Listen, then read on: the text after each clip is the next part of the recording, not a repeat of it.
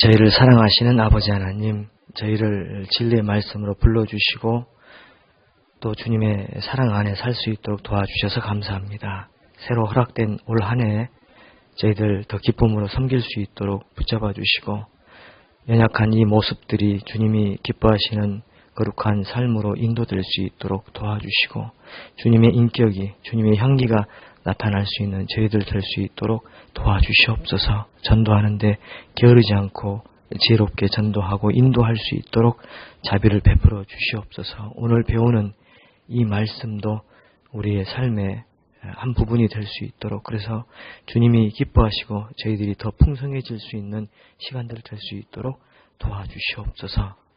모든 것을 부탁드리며 예수님의 이름으로 기도드립니다. 아멘. 성경을 같이 찾겠습니다. 마태복음.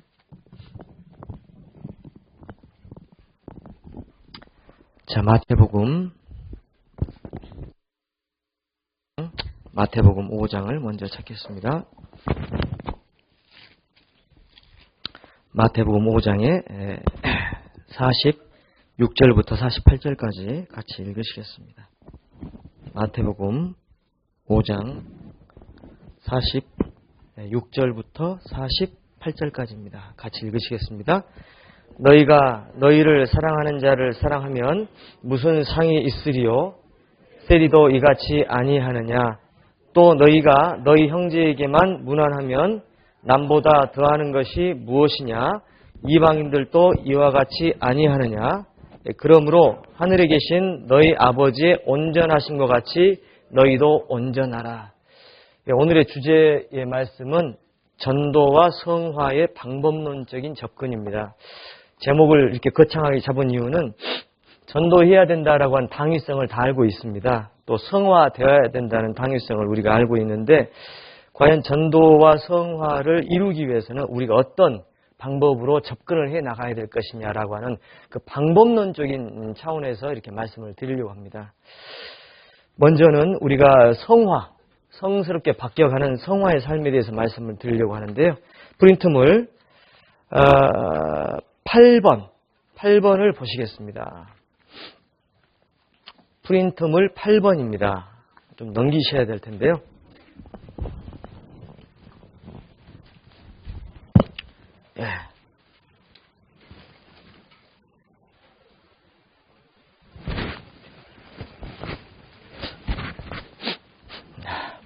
프린트물 8번, 성화의 필요성. 자, 1번부터 4번까지 큰 제목만 한번 읽어보겠습니다.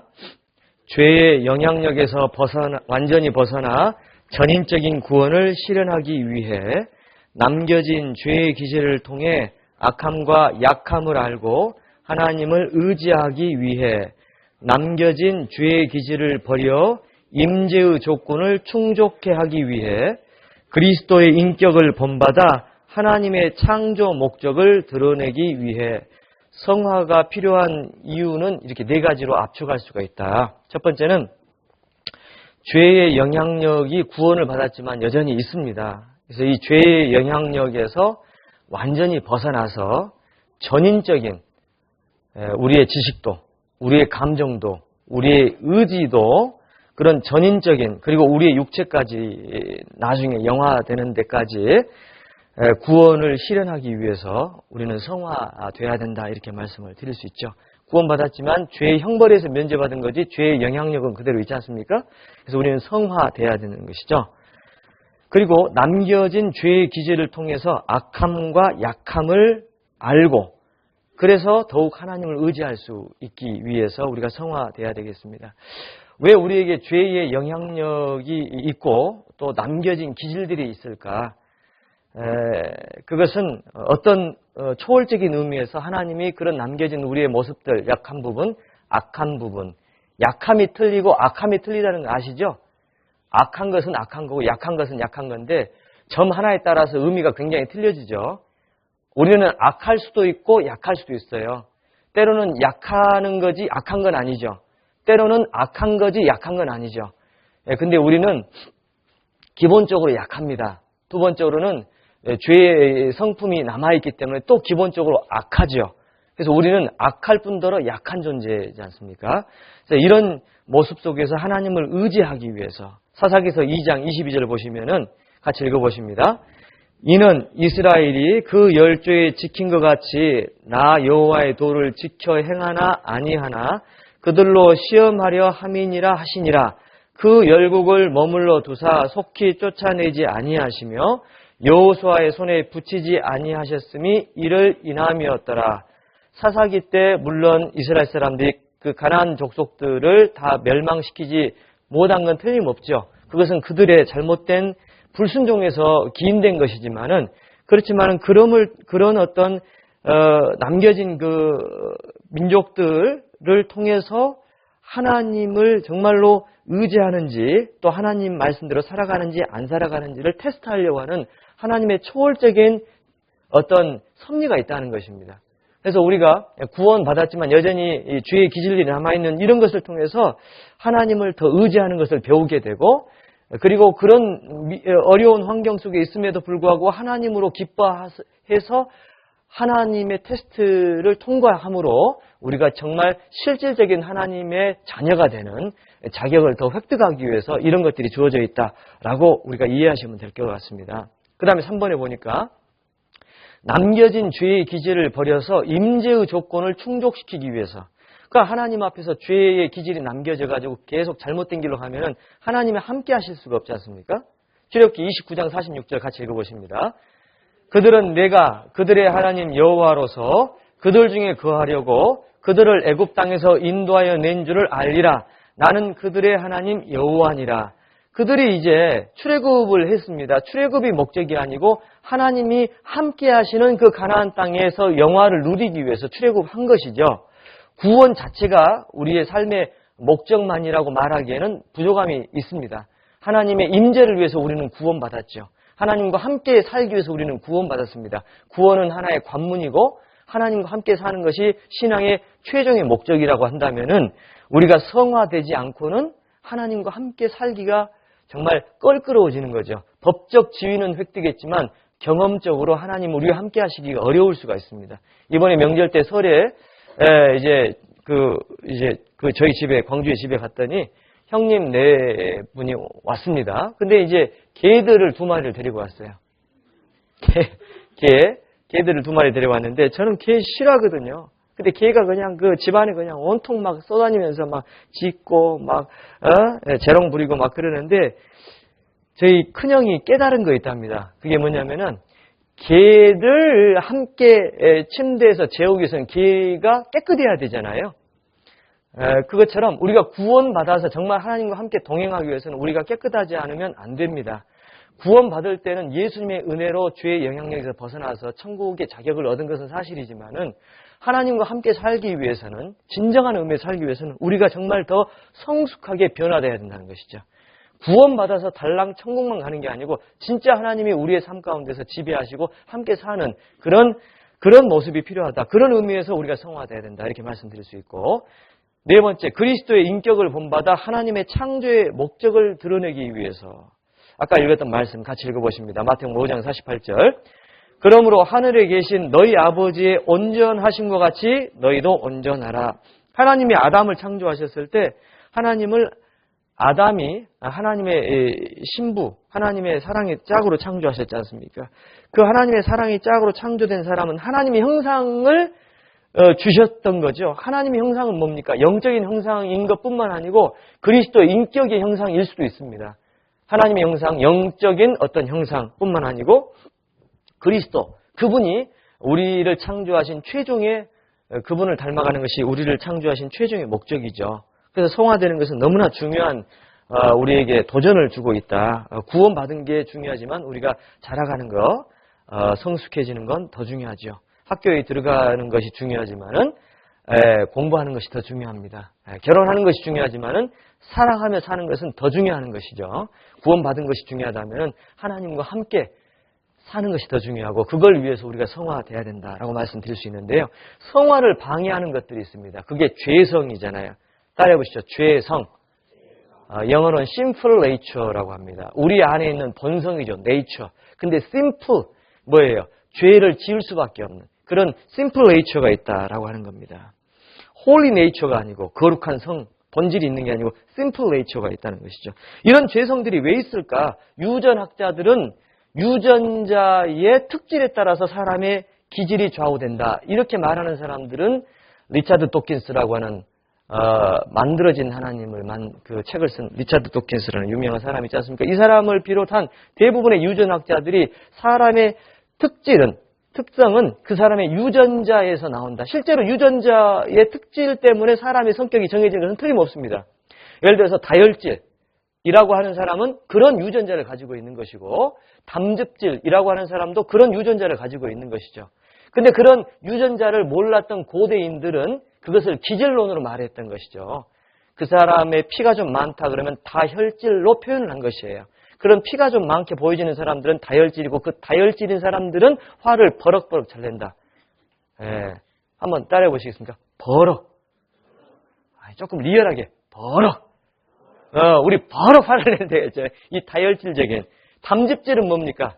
버럭 화를 내지는 않죠. 담즙질은 절대 화를 내는 법이 별로 없죠. 그냥 가는데 원칙이죠. 틀림없는 일이죠. 그러나 정이 좀 없습니다. 담즙질입니다. 그래서 이 기질론으로 설명하는 사람들이 있고요. 또 환경적인 어떤 해석을 하는 사람. 사람이 살고 있는 환경에 따라서 성격이 틀려지는 거 아니냐. 성선설, 성악설. 거기서 이제 환경적인 이야기가 나오지 않습니까?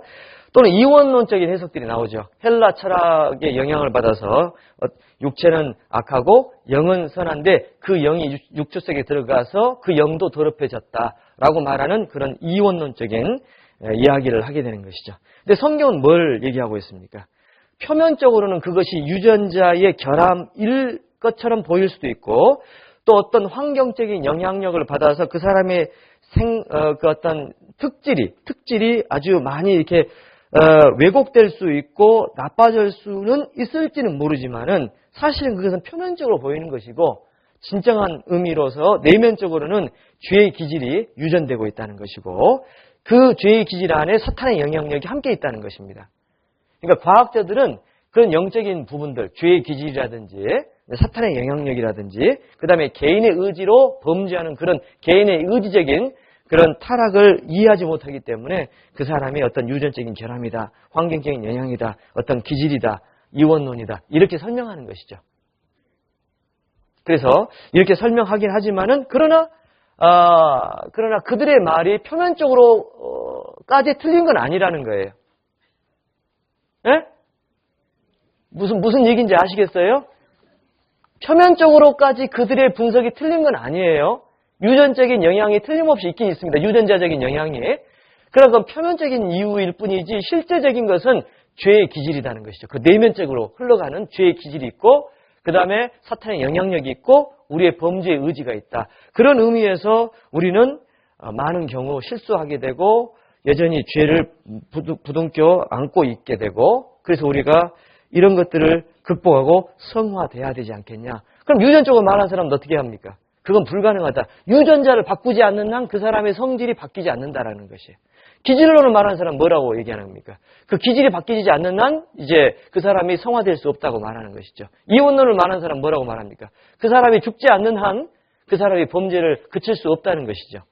죽어서 영혼이 분리되지 않는 한 이게 안 된다는 것이죠. 잘못된 원인을, 잘못된 그 분석을 하게 되면 잘못된 처방이 나오는 것이죠. 근데 우리는 그걸 얘기하는 게 아니죠. 물론 그런 것들이 보일지라도 그 속에 죄의 기질이 있고 그 안에 사탄의 영향력이 있다. 이런 걸 가지고 사람들이 잘못되게 살아가기 때문에 실제적으로 그 죄의 기질이 그리스도의 성령의 충만을 받아서 그 죄의 기질이 통제되고 그것이 변화돼야 된다. 이것이 성화에서 성경에서 말하는 성화의 핵심이죠. 그래서 그렇게 된다면은 성화를 우리가 어떻게 이루어갈 수 있을까? 10번입니다. 자, 큰 글자로 이 버튼 안에 있는 큰 글자로 이렇게 있는데요. 네, 한번 같이 읽어보시겠습니다. 역임, 공급, 훈련, 강구, 체험, 열매. 자, 역임이라는 게 있어요. 우리가 어떤 경우에서는 성화되기 위해서 우리가 노력하고 우리가 결심하는 것을 생각할 수가 있습니다. 그러나 그것이 다가 아니죠. 그게 필요한 건 맞지만 그게 다가 아니에요.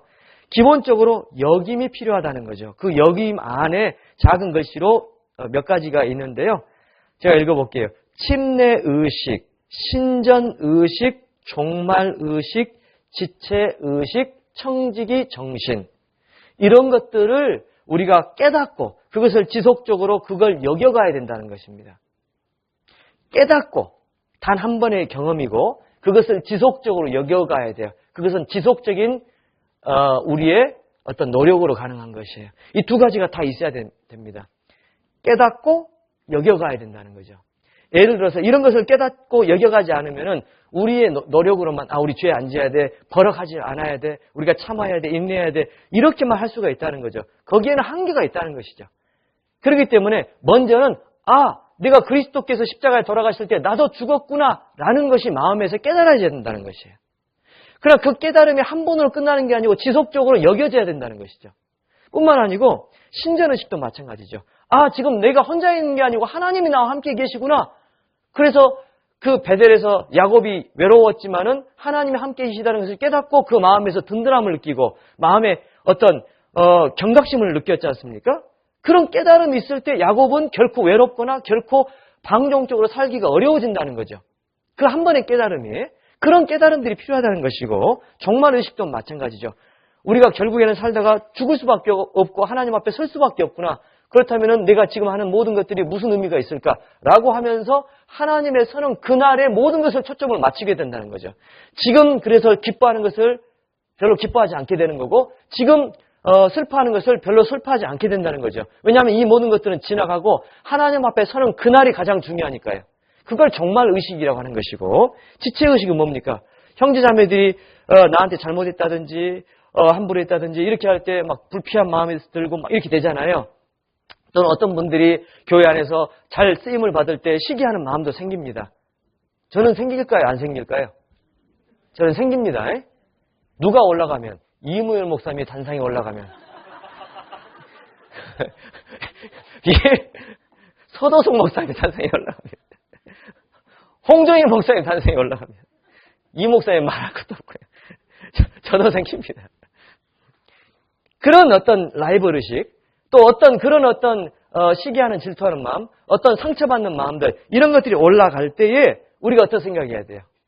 이렇게 하면 안 되지, 라고만 할 게 아니고, 우리가 하나의 지체인데, 우리가 그리스도 안에서 한 몸인데, 내가 정말로, 저분이 기뻐할 때 나도 기뻐해야 되고, 저분이 슬퍼할 때 나도 슬퍼해야 되는데, 왜 나는 저분이 기뻐할 때 나는 기뻐하지 않고, 저분이 슬퍼할 때 나는 슬퍼하지 않을까?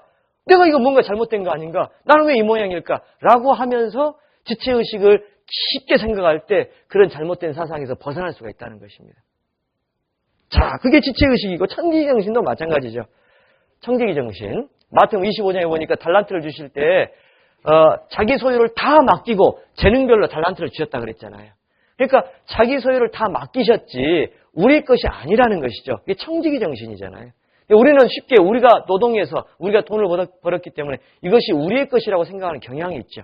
그런데 성경은 비록 우리가 노동해서 벌은 그 돈이라고 할지라도 그 농산물이라고 할지라도 그것이 하나님이 맡긴 것이라고 하는 기본적인 청지기 정신에 대한 이야기를 하게 되죠. 이런 이야기를 듣게 되면 어떻게 됩니까? 나는 왜 내 것이라고 생각했을까 그동안.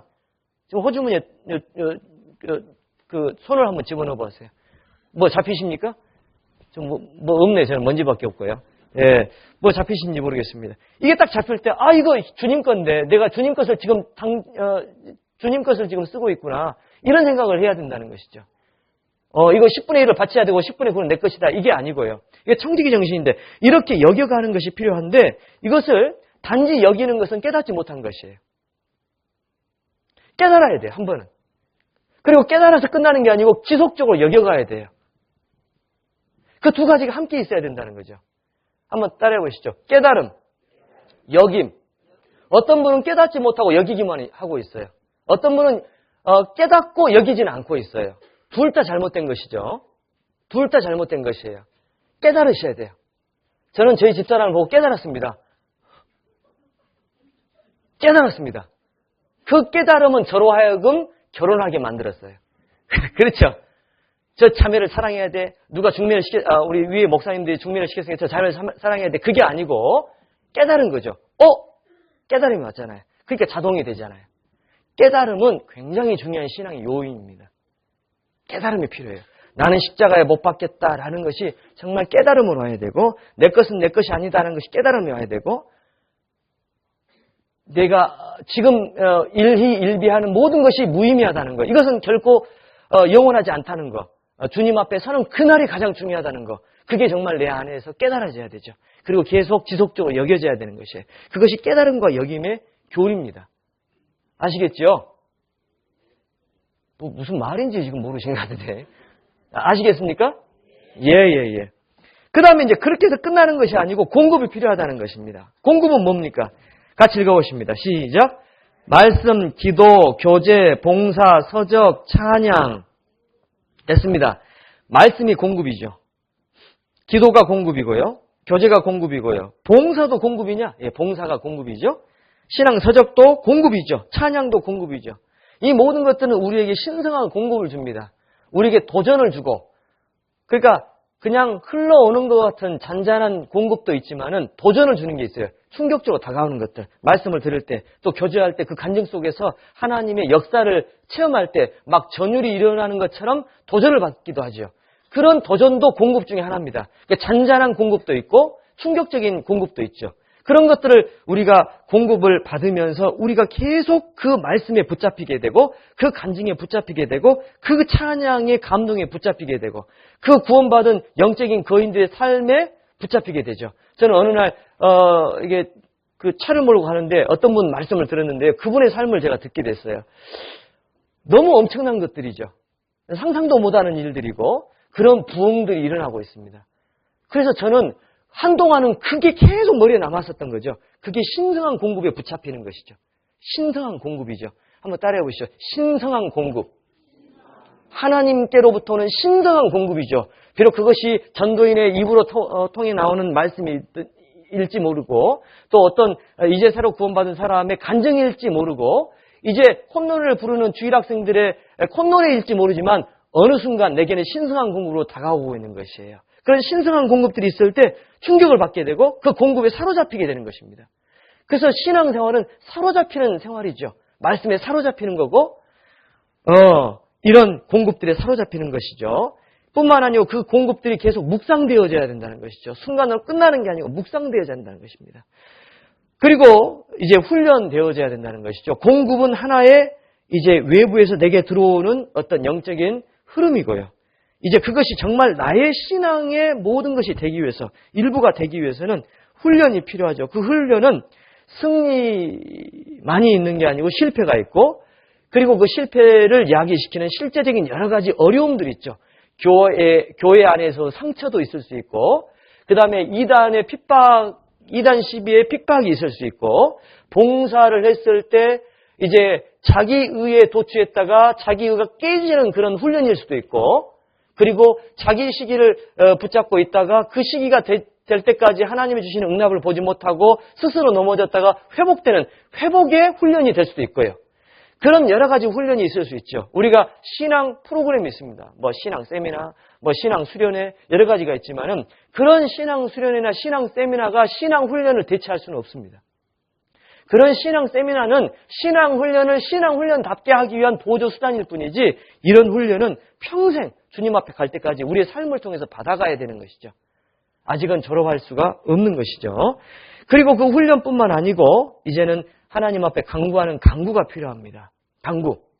왜냐하면은 내가 그냥 공급받고 내가 훈련받아서 내 삶이 바뀌지 않거든요. 그것으로는 불충분하다는 것이죠. 주님이 지배하셔서 우리를 충만케 하시고 내적으로 우리의 삶을 지배하실 뿐더러 외적으로도 인도하시는 그러한 환경이 주어져야 되기 때문에 우리는 부단히 하나님 앞에 간구해야 됩니다. 성경은 부르짖음이다 이렇게 표현하고 있습니다. 따라해 보시겠습니다. 부르짖음. 부르짖는 게 필요하죠. 부르짖었더라. 부르짖었더라. 하나님 앞에 부르짖는 간구가 필요하지 않겠나. 그런 부르짖음이 있을 때에 하나님의 역사가 보여진다는 것입니다. 엘리야, 그가 7번 기도했잖아요. 얼마나 영적으로 성숙한 그리스도였지만 그는 6번째까지 기도했지만 하나님의 응답이 안 왔습니다. 부르짖었을 때 하나님의 응답이 오게 되는 것이죠. 그래서 이렇게 부르짖는 부르짖음들이 우리에게 필요하다. 그리고 이렇게 강구할 뿐더러 이제 이 강구했던 그런 것들이 우리의 삶에 정말 적용될 때 하나님이 이렇게 인도해 가시구나 하는 것을 체험하게 되죠. 다윗이 하나님께 기름 부음 받고 하나님 앞에 쓰임을 받긴 받았지만은 그가 상당히 시간이 지난 뒤에 하나님 앞에서 정말 왕으로 세움 받았다는 것을 비로소 깨달았다는 구절이 성경에 나오죠. 비록 그들이 다윗이 하나님께 부름 받았고 그리고 하나님이 일을 하고 있지만 그는 여전히 어떤 시기가 오기 전까지는 그가 하나님의 왕으로 부름 받았다는 것을 깨닫지 못했던 것이죠. 어느 순간 그는 문득 하나님이 나를 왕으로 세우시고 계시구나 라고 하는 하나님의 인도하심을 깨닫게 되는 거죠. 그렇죠? 그런 깨달음이 있을 때 다윗은 더 다윗다워질 수가 있는 것입니다. 어땠습니까? 사도행전에 보니까 이제 베드로가 감옥에 들어가니까 부지런히 기도했죠. 근데 베드로가 감옥에 있을 때 부지런히 온 교회가 기도했는데 베드로가 진짜 풀려 나왔잖아요. 베드로가 이제 문을 두드렸습니다. 이제 계집종 로데가 와서 문을 열어보니까 베드로였습니다. 깜짝 놀랐죠. 그래서 베드로가 왔습니다 했더니 믿었습니까? 안 믿었습니까? 그들은 기도했지만 안 믿은 것이에요. 잘 들어보세요. 그들은 기도했지만 여전히 하나님을 믿지는 못하고 있었던 거예요. 그런데 정말 베드로를 봤을 때 어떻게 됐을까요? 우리가 정말 기도했는데 진짜 들어주시네? 자기들은 기도했지만 하나님이 들어주실 거라고 생각을 하고 기도했지만은 진짜 이렇게 빨리 들어주실 거라고 생각 못했죠. 그 베드로를 봤을 때 깨달음이 생겼겠죠. 하나님이 정말로 들어주셨구나. 그들의 신앙이 더 깊어지는 것입니다. 그들의 신앙이 더 깊어지는 것이에요. 이것을 신앙적인 체험이라고 하는 겁니다. 이런 체험들이 많아질 때에 우리의 신앙은 더 하나님과 가까이 되게 되고 우리는 더 성숙하게 되고 우리는 더 세상의 풍파에 대해서 흔들리지 않게 되는 것입니다. 그것을 꼭 기억을 해보시면 좋겠습니다. 그런 체험들이 계속 연결되면서 강구가 연결되면서 훈련이 연결되면서 공급이 연결되고 역임이 연결되어질 때 열매가 이루어져 간다. 열매, 인격의 성숙입니다. 전도의 열매입니다. 그 다음에 육체를 쳐서 복종시키는 헌신의 삶이 이루어지는 것이죠. 열매는 세 가지가 있죠. 인격의 성숙, 전도의 열매, 그 다음에 어떤 헌신. 자기를 하나님과 진짜 드리는 그런 헌신들. 그래서 성화의 방법을 이렇게 요약할 수 있습니다. 여기시고 공급받으시고 훈련 받으셔야 되고 강구하셔야 되고 체험하셔야 되고 열매 맺어야 된다. 그런데 문제가 뭐냐면 어떤 경우는 역임이 없어요. 공급만 있고요. 어떤 경우는 공급은 없습니다. 훈련만 달랑 받으려고 하고 있고 어떤 경우는 공급도 훈련도 없고 강구만 하는 경우도 있습니다. 이 모든 것들이 어우러져가야 하나님 앞에 성화되어져 간다라고 말씀드릴 수 있고요. 성화의 장애물들 여러 가지 것들이 나와 있습니다. 이것은 우리 대강당 본관 1층에 있는 부분들인데 이 글들 쭉 읽어보시면은 다 아시는 거죠. 큰 글자를 먼저 좌측에 있는 구원의 의심부터 밑에까지 있고 그 다음에 위에서부터 다시 밑에까지 같이 읽어보십니다. 시작. 구원의 의심, 지나친 죄책감, 게으름, 세상의 유혹, 내성적인 성격, 자기의 의, 생활에 대한 염려, 이단 시비와 혼돈, 전도의 좌절감, 교회 안에서의 상처, 형식적인 신앙, 지나친 부담감. 무슨 뜻인지 다 아시겠죠? 거기 다 설명이 있어요. 쭉 읽어보시면은 이런 것들이 성화를 막는, 우리의 신앙생활을 막는 장애물들이다. 거기에 대한 적절한 방법들이 있기 때문에 참조하시기 바랍니다. 넘기시기 바라고요. 자, 성화를 막는 또 다른 장애물들을 영어로 이렇게 제일 윗줄에 써놨습니다. 이 영어로 써진 것은 캐직사경회라고 하는 데에서 언급된 것들입니다. 캐직사경회, 영국의 작은 캐직이라는 마을이 있어요. 그 캐직이라는 마을에서 성경을 공부하고 선포하는 사경회가 일어났었습니다. 그것이 지금까지 계속 지속되고 있어요. 캐직 사경회에 지금도 한 10,000명 이상이 우리 교회로 말하면 동계수련회예요. 우리로 말하면 동계수련회가 여전히 일어나고 있는데 지금 캐직 사경회는 이제 타락한 영국 기독교에 이제 남아있는 소수의 그리스도인들 그리고 형식적인 그리스도인들이 모여지는 어떤 그런 혼합된 모습인데요. 옛날에 캐직 사경회는 거의 많은 경우가 구원받은 그리스도인들로 이루어졌던 겁니다. 우리가 잘 아는 앤드류 머레이라고 하는 유명한 그리스도인. 그게 캐직 사경회 출신이에요. 남아프리카의 영적 지도자라고 일컬어지는 앤드류 머레이, 유명한 분입니다. 이분이 쓴 책이 굉장히 많이 있죠. 저도 그분 책을 많이 읽었었는데, 이런 퇴직 상경회에서 뭐 다 맞는 얘기는 아니겠죠. 그렇다고 해서. 그런 많은 이야기들이 나오는데 이런 것들을 얘기합니다. 한글로만 읽어봅니다. 같이 읽어보십시다. 자존함, 자기 도움, 자기 만족, 자기 의지, 자기 추구, 자기 방어, 자기 영광. 하나하나 뜯어보면 다 우리 얘기하고 있는 것 같아요. 우리는 우리의 영광을 셀프 글로리, 우리의 영광을 구할 때가 혹이 있죠. 항상 있는 건 아닙니다. 혹이 있습니다. 자기 방어, 셀프 디펜스. 우리를 방어하고 이것은 이래서 이래 라고 말할 때가 있죠. 이것은 뭡니까? 자기가 안 깨졌다는 증거 중에 하나라는 것이에요. 그 다음에 자기 추구, 셀프 시킹.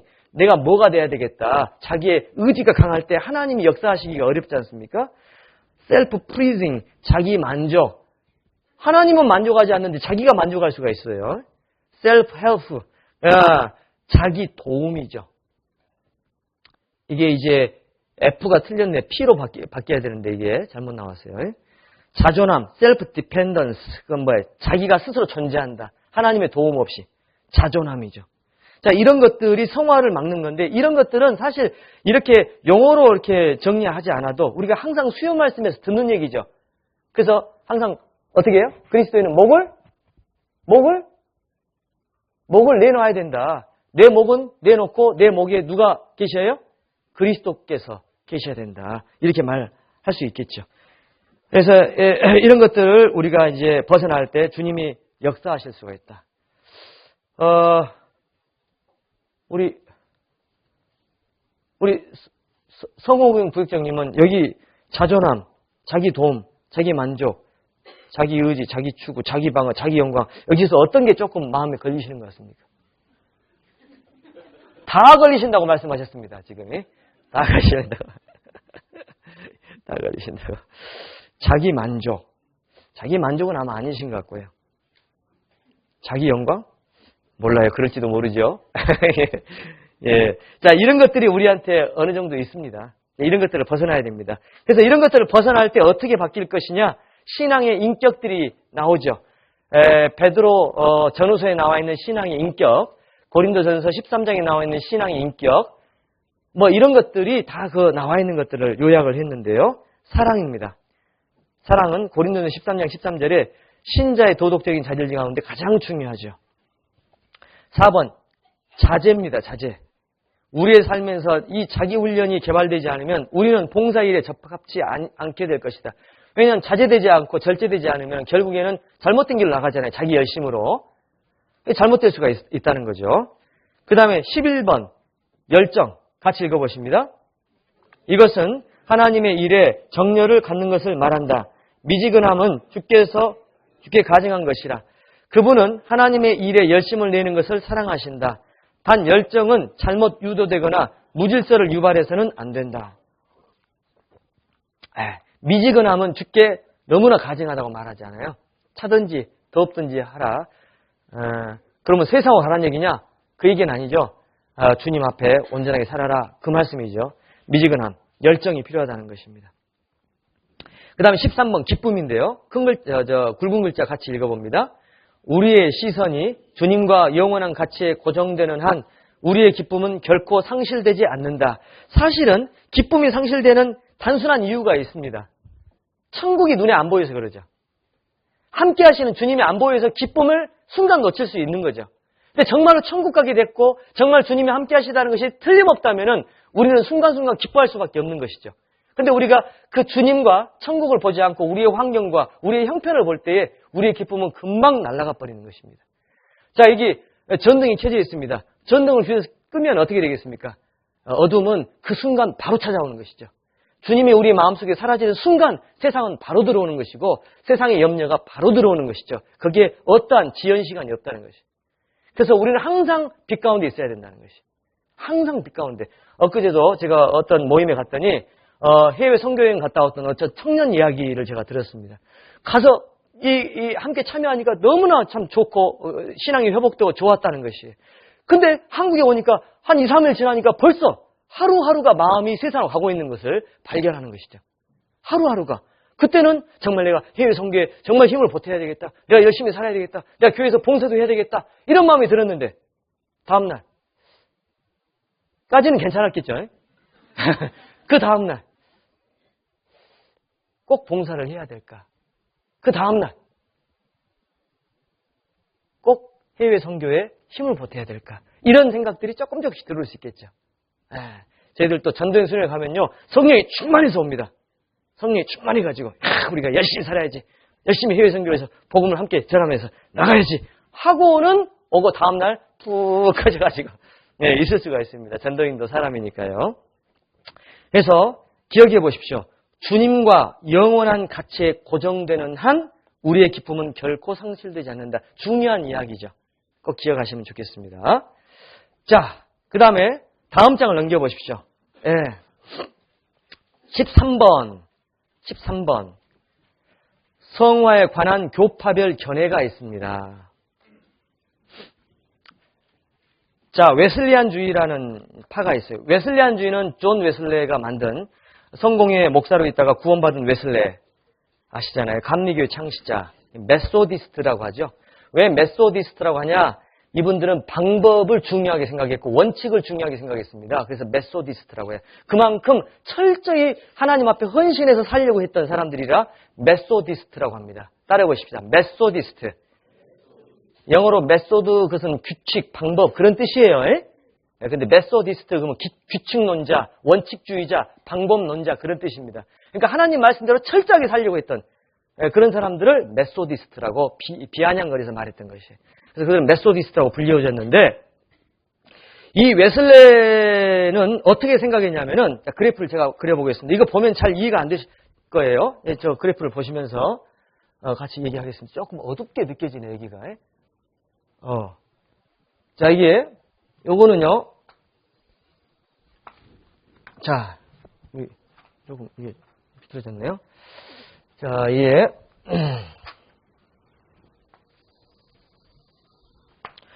이거는 성화도입니다. 성화도. 요거는 시간이라고 얘기할 수 있겠죠. 자, 구원받기 전에는 이렇게 얘기할 수 있겠습니다. 구원받기 전에는 성화도가 거의 없죠. 그냥 그 바닥을 치고 있습니다. 좋았다가 나빴다가 좋았다가 나빴다가 바닥을 치고 있어요. 근데 구원받는 순간 어떻게 됩니까? 기본적인 1차적인 성화가 이루어집니다. 그러니까 단지 칭의라고 하는 거룩함을 얻는 것이 아니고 구원받는 순간 새로운 영이 들어오죠. 새로운 영이 들어오는 순간 뭐가 됩니까? 새 사람이 됩니다. 그렇잖아요. 그러니까 이것을 1차적인 성화로 보는 것이에요. 여기 1차 성화예요.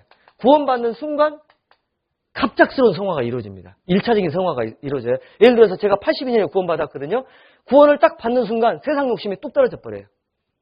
그것은 배워서 되는 게 아닙니다. 설교도 안 들었어요. 근데 세상 욕심이 떨어져 버리고 세상 상처가 떨어지고 세상 연민이 떨어지죠. 그건 배워서 되는 게 아니에요. 그건 1차적인 성화가 구원받는 순간 이루어지죠.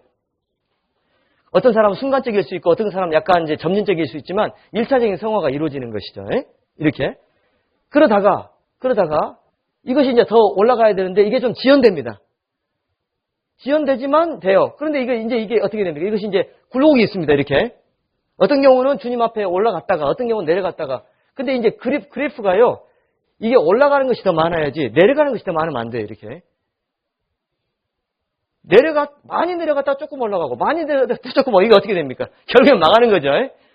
그러니까 조금 내려갔다가 좀 많이 올라가야 돼요. 그래야지 채 갈 수 있잖아요. 이렇게 해 나가야 되고, 그런데 이제 이것이 어느 정도 순간에서 이제 좀 이게 멈춰갈 수가 있죠. 지연될 수 있습니다. 지연되다가도 주님 앞에 여전히 가겠죠. 그런데 이제 우리가 이제 죽음을 경험하게 됩니다. 죽음이 올 때 그동안 성화되지 못했던 부분이 있어요. 이 부분이 불연속적으로 나타납니다. 갑자기 죽음이 올 때 영원한 성화로 이루어지는 겁니다. 이게 성화 급표라고 할 수 있어요.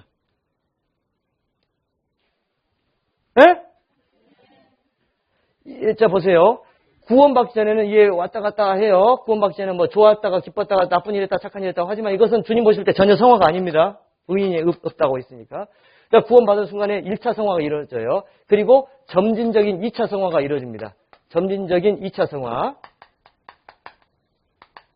그리고 어떤 경우는 지연이 되기도 합니다. 지연이 되기도 해요. 그리고 어떤 경우는요. 어떤 경우는 이게 성화가 많이 되는 경우가 있어요. 순간적으로. 이걸 급진적인 성화라 그래요. 급진적인 성화. 따라해 봅시다. 점진적 성화. 급진적 성화.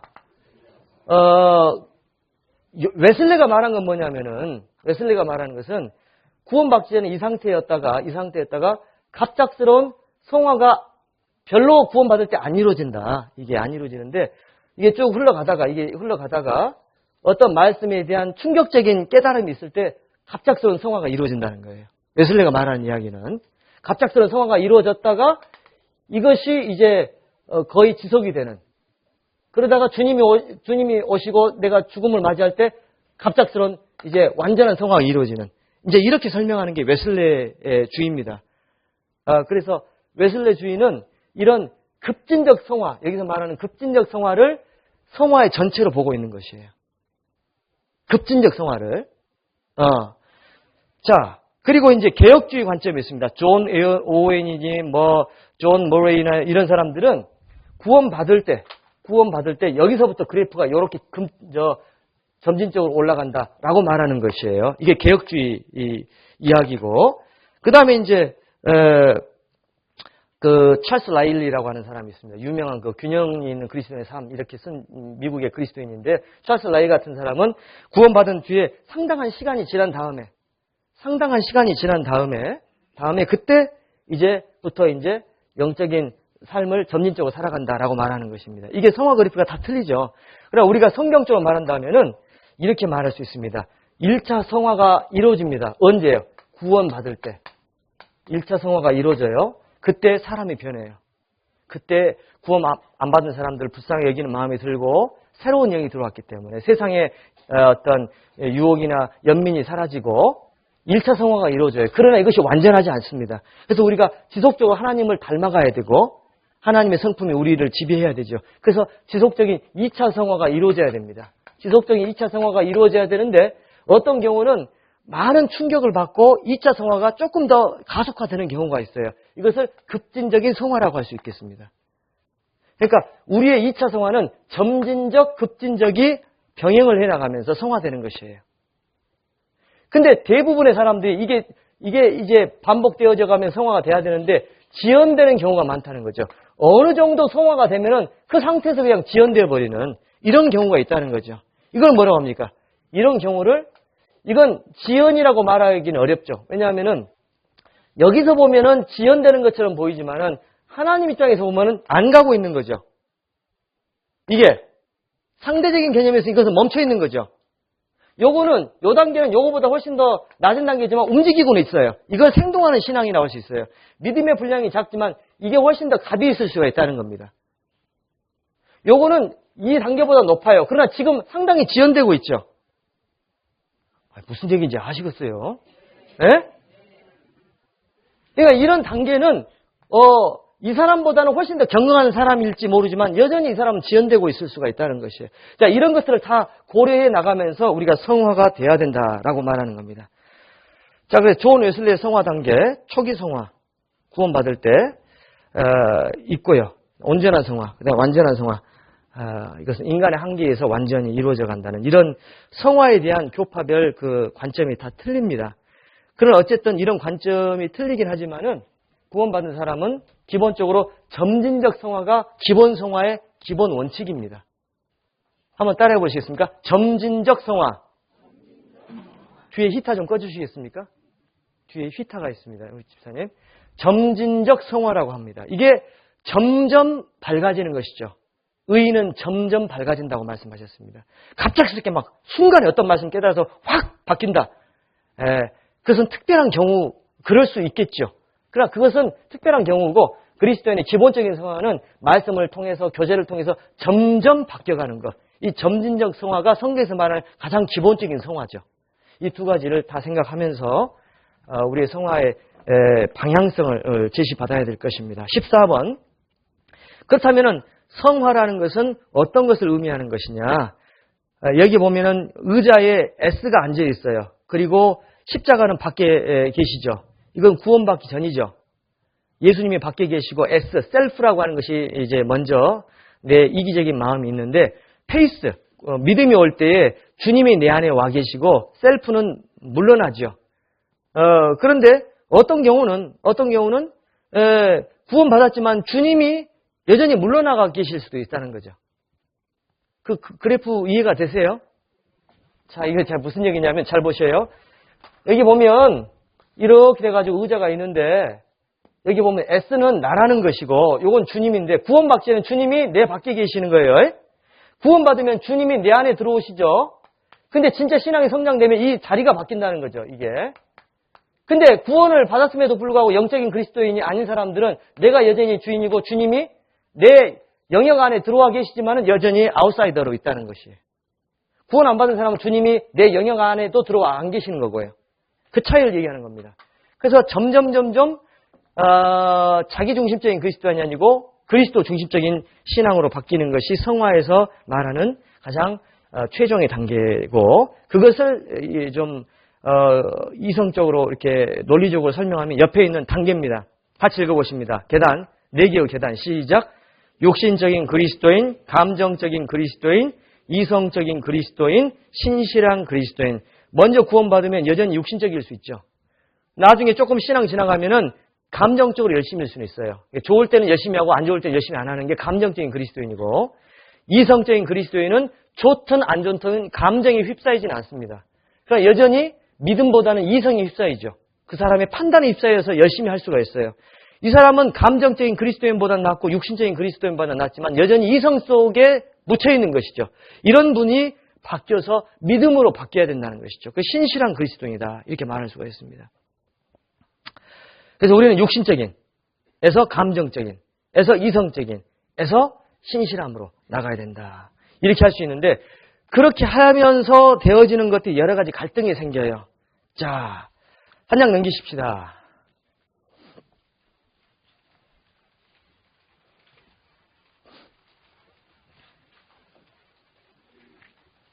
여기 보면은 4개의 반원들의 화살표가 보입니다. 같이 위에서부터 밑까지 읽어보십니다. 비정상적인 갈등, 정상적인 갈등, 승리로 인한 평안, 재림까지의 탄식. 이것이 그리스도인의 체험이죠. 구원받은 다음에 여전히 끊어야 될 많은 죄들과 취미들을 가지고 있습니다. 아직은 죄의 기질에 영향을 받기 때문에. 그럴 때는 비정상적인 갈등을 느낄 수가 있습니다. 구원받았는데 한 5년도 있고 3년도 있고 시간이 지나가는데 담배를 못 끊었고 헌금 생활을 잘 못하게 되고 예를 들면 화를 막 계속 버럭버럭 내게 되고 그러면은 계속 주님 앞에 미안한 감정이 들죠. 이것은 정상적인 감정은 아니라는 것이에요. 정상적인 갈등은 아니라는 것입니다. 그래서 이런 것은 비정상적인 갈등인데 그런 비정상적인 갈등을 가장 잘 설명하는 것들이 뭐냐면은 그 바로 전장에 삼손과 들릴라 이야기를 통해서 알 수 있어요. 사사기서 비정상적인 갈등 1번에 사사기서 16장 17절 같이 읽어보십니다. 시작. 날마다 그 말로 그를 재촉하여 조rum에 삼손의 마음이 번뇌하여 죽을 지경이라. 삼손이 번뇌해서 죽을 지경이라 그랬죠. 왜 삼손이 번뇌해서 죽을 지경이 됐습니까? 들릴라를 용납해서 그런 거죠. 그건 비정상적이잖아요. 사사로서 있을 수 없는 일이잖아요. 이게 비정상적인 갈등이라는 것이에요. 이런 비정상적인 갈등에서 우리는 벗어나야 된다는 것입니다. 그래서 성숙 과정에서 갈등. 그것은 갈라디아서 5장 17절에 나와 있는데요. 같이 읽어보십니다. 육체의 소욕은 성령을 거스리고 성령의 소욕은 육체를 거스리나니 이 둘이 서로 대적함으로 너희의 원하는 것을 하지 못하게 하려 함이니라. 그래서 성령의 소욕이 있고 육체의 소욕이 있다. 이런 것들이 계속 이제 있는데 이것을 이겨가는 것이 어떤 신앙의 어떤 성숙이다. 그렇게 말씀을 드릴 수 있고 이런 육체의 소욕에서부터 오는 갈등은 성숙의 과정에서 오는 갈등이죠. 이건 정상적인 갈등이라고 할 수 있어요. 아시겠죠? 자, 다시 원으로 넘어오십니다. 원으로 넘어오 보셔요. 원으로. 그러면은 그런 정상적인 갈등에서 어디로 가야 되느냐? 승리를 해야 된다. 지속적인 어떤 우리의 공급이나 훈련을 통해 승리가 돼야 된다. 그래서 승리로 인한 평안이 와야 된다는 것이에요. 그래서 승리로 인한 평안이 와야 되고 그 승리는 어떻게 해서 이루어질 것이냐. 제일 밑에 보니까 영적 승리의 4가지 디딤돌이 있습니다. 같이 읽어보십니다. 구원에 대한 감사부터 시작. 구원에 대한 감사, 영적 공급, 연단들, 순종과 헌신, 자기절제, 자기부인. 그랬죠. 자, 이런 것들이 영적 승리를 안겨다 준다는 것이에요. 그것을 말씀으로 표현한 게 어디 있냐? 제일 위에 있습니다. 요한일서 5장 4절을 보니까 대저 하나님께로서 난 자마다 세상을 이기느니라. 세상을 이김은 이것이니 우리의 뭡니까? 우리의 노력이 아니에요. 처음에 이김은 우리의 믿음이에요. 여기를 노력으로 바꾸시면 안 돼요. 그리스도께서 우리를 위해서 죽으시려고 이 땅에 오셨다라고 하는 그 믿음이 있을 때 세상을 기본적으로 이길 수 있는 믿음이 주어진다는 것이에요. 그것이 구원에 대한 감사라는 것입니다. 예, 이런 감사가 세상을 이기는 것이지 우리의 노력만 이기는 건 아니라는 것이에요. 그 다음에 출애굽기 17장 12절 같이 읽어보십니다. 모세의 팔이 피곤함에 그들이 돌을 가져다가 모세의 아래에 놓아 그로 그 위에 앉게 하고 아론과 훌이 하나는 이편에서 하나는 저편에서 모세의 손을 붙들어 올렸더니 그 손이 해가 지도록 내려오지 않았다. 뭐 이런 얘기죠. 자, 여기에 보니까 모세, 우리를 얘기하는 거죠. 아론과 훌, 교제의 힘을 얘기하고 성령의 능력을 얘기하는 것이죠. 예. 그 성령의 능력과 교제의 힘으로 우리의 신앙이 지켜진다. 이게 뭡니까? 영적 공급이라는 것이. 그 다음에 로마서 8장 13절 같이 읽어보십니다. 너희가 육신대로 살면 반드시 죽을 것이로되 영으로서 몸의 행실을 죽이면 살리니. 됐습니다. 영으로서 몸의 행실을 죽여야지 산다. 죽여야지 산다. 이게 뭡니까? 신성한 공급으로 인한 우리의 부단한 노력이라는 것이죠. 영으로서 몸의 행실을 죽이면 산다. 죽여야 되는 것입니다.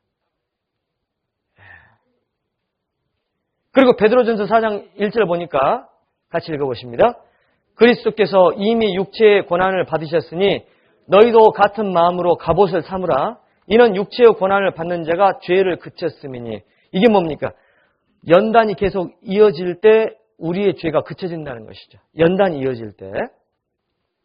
그 다음 마태복음 16장 24절 보니까 이에 예수께서 제자들에게 이르시되 아무든지 나를 따라오려거든 자기를 부인하고 자기 십자가를 지고 나를 쫓을 것이니라. 이거 뭡니까? 부단한 자기 절제, 자기 부인이 있지 않으면 안 돼요. 난 영적으로 성숙하고 싶은데 공급을 많이 받고 연단도 많이 받고 하는데 안 돼요 라고 말하는 분은 부단한 자기 부인이 부족해서 그런 것이죠. 자기 부인. 자기 부인은 부인하기가 어렵다 그랬죠? 자기 부인이니까. 아니, 자기 부인이 제일 사랑스러운데 어떻게 부인이 되겠습니까? 그런 문제가 되는 것이죠. 그 다음에 빌립보 4장 9절 같이 읽어보십니다. 너희는 내게 배우고 받고 듣고 본바를 행하라. 그리하면 평강의 하나님이 너희와 함께 계시리라. 어떻게 해야지 승리로 인한 평강이 이루어지느냐? 이미 배운 것을 행할 때 내 마음에 평강이 온다는 거죠. 더 많은 공급이 필요한 게 아니고 이미 알고 있는 말씀을 지켜가는 것도 승리의 조건이 된다. 또 평강의 조건이 된다. 그래서 순종과 헌신이 그런 의미입니다. 그렇죠? 계시록 12장 11절 보니까 또 여러 형제가 자기 어린 양의 피와 자기의 증거하는 말을 인하여 저를 이기었으니 그들은 죽기까지 자기 생명을 아끼지 아니하였도다. 여기에 두 가지가 있습니다. 어린 양의 피로 승리하는 기본적인 승리가 있고 죽기까지 자기 생명을 아끼지 아니하는 죽음을 불사하는 자기의 결심이 필요한 것이죠. 자, 이런 모든 것들이 있을 때 승리로 인한 평안이 있다. 그러나 그런 평안이 온다고 해도 잠깐 방심하면 금방 평안이 깨지는 것이에요. 그래서 여기 원 하나가 빠졌는데요. 원 하나가 빠진 게요. 비정상적인 갈등에서 정상적인 갈등으로, 그 다음에 정상적인 갈등에서 승리로 인한 평안으로, 그 다음에 승리로 인한 평안에서 방심으로 인한 불평안으로. 이렇게 거기다 하나 넣으셔야 되겠죠. 방심으로 인한 불평안, 갈등이 오죠. 불평안, 갈등. 그러니까 빨리 그런 방심을 틈타지 못하게 하기 위해서 우리가 계속 지속적인 말씀을 드려야 되죠. 자, 저를 한번 보시겠습니까? 우리 매일 주일 말씀 듣죠. 매일 수요 말씀 듣죠. 특별한 교리가 따로 있습니까, 거기에? 특별한 교리 따로 없죠. 이미 들었고 알고 있는 말씀을 또 듣고 또 듣는 것이죠. 그런데 그렇게 할 때 우리의 승리가 지켜진다는 것이죠. 왜? 방심할 틈을 안 주는 거니까요. 아시겠죠? 그러니까 특별한 교리를 더 배우고 특별한 말씀을 더 배워서가 아니고 그런 안정적인 말씀을 계속 듣고 들을 때에 우리의 평안이 지켜진다고 하는 그런 것입니다. 그래서 그런 의미에서 방심이 우리의 신앙을 앗아갈 수 있기 때문에 방심을 피하기 위해서 우리는 동일한 교제에, 동일한 집회에, 동일한 봉사에 나와야 된다는 것입니다.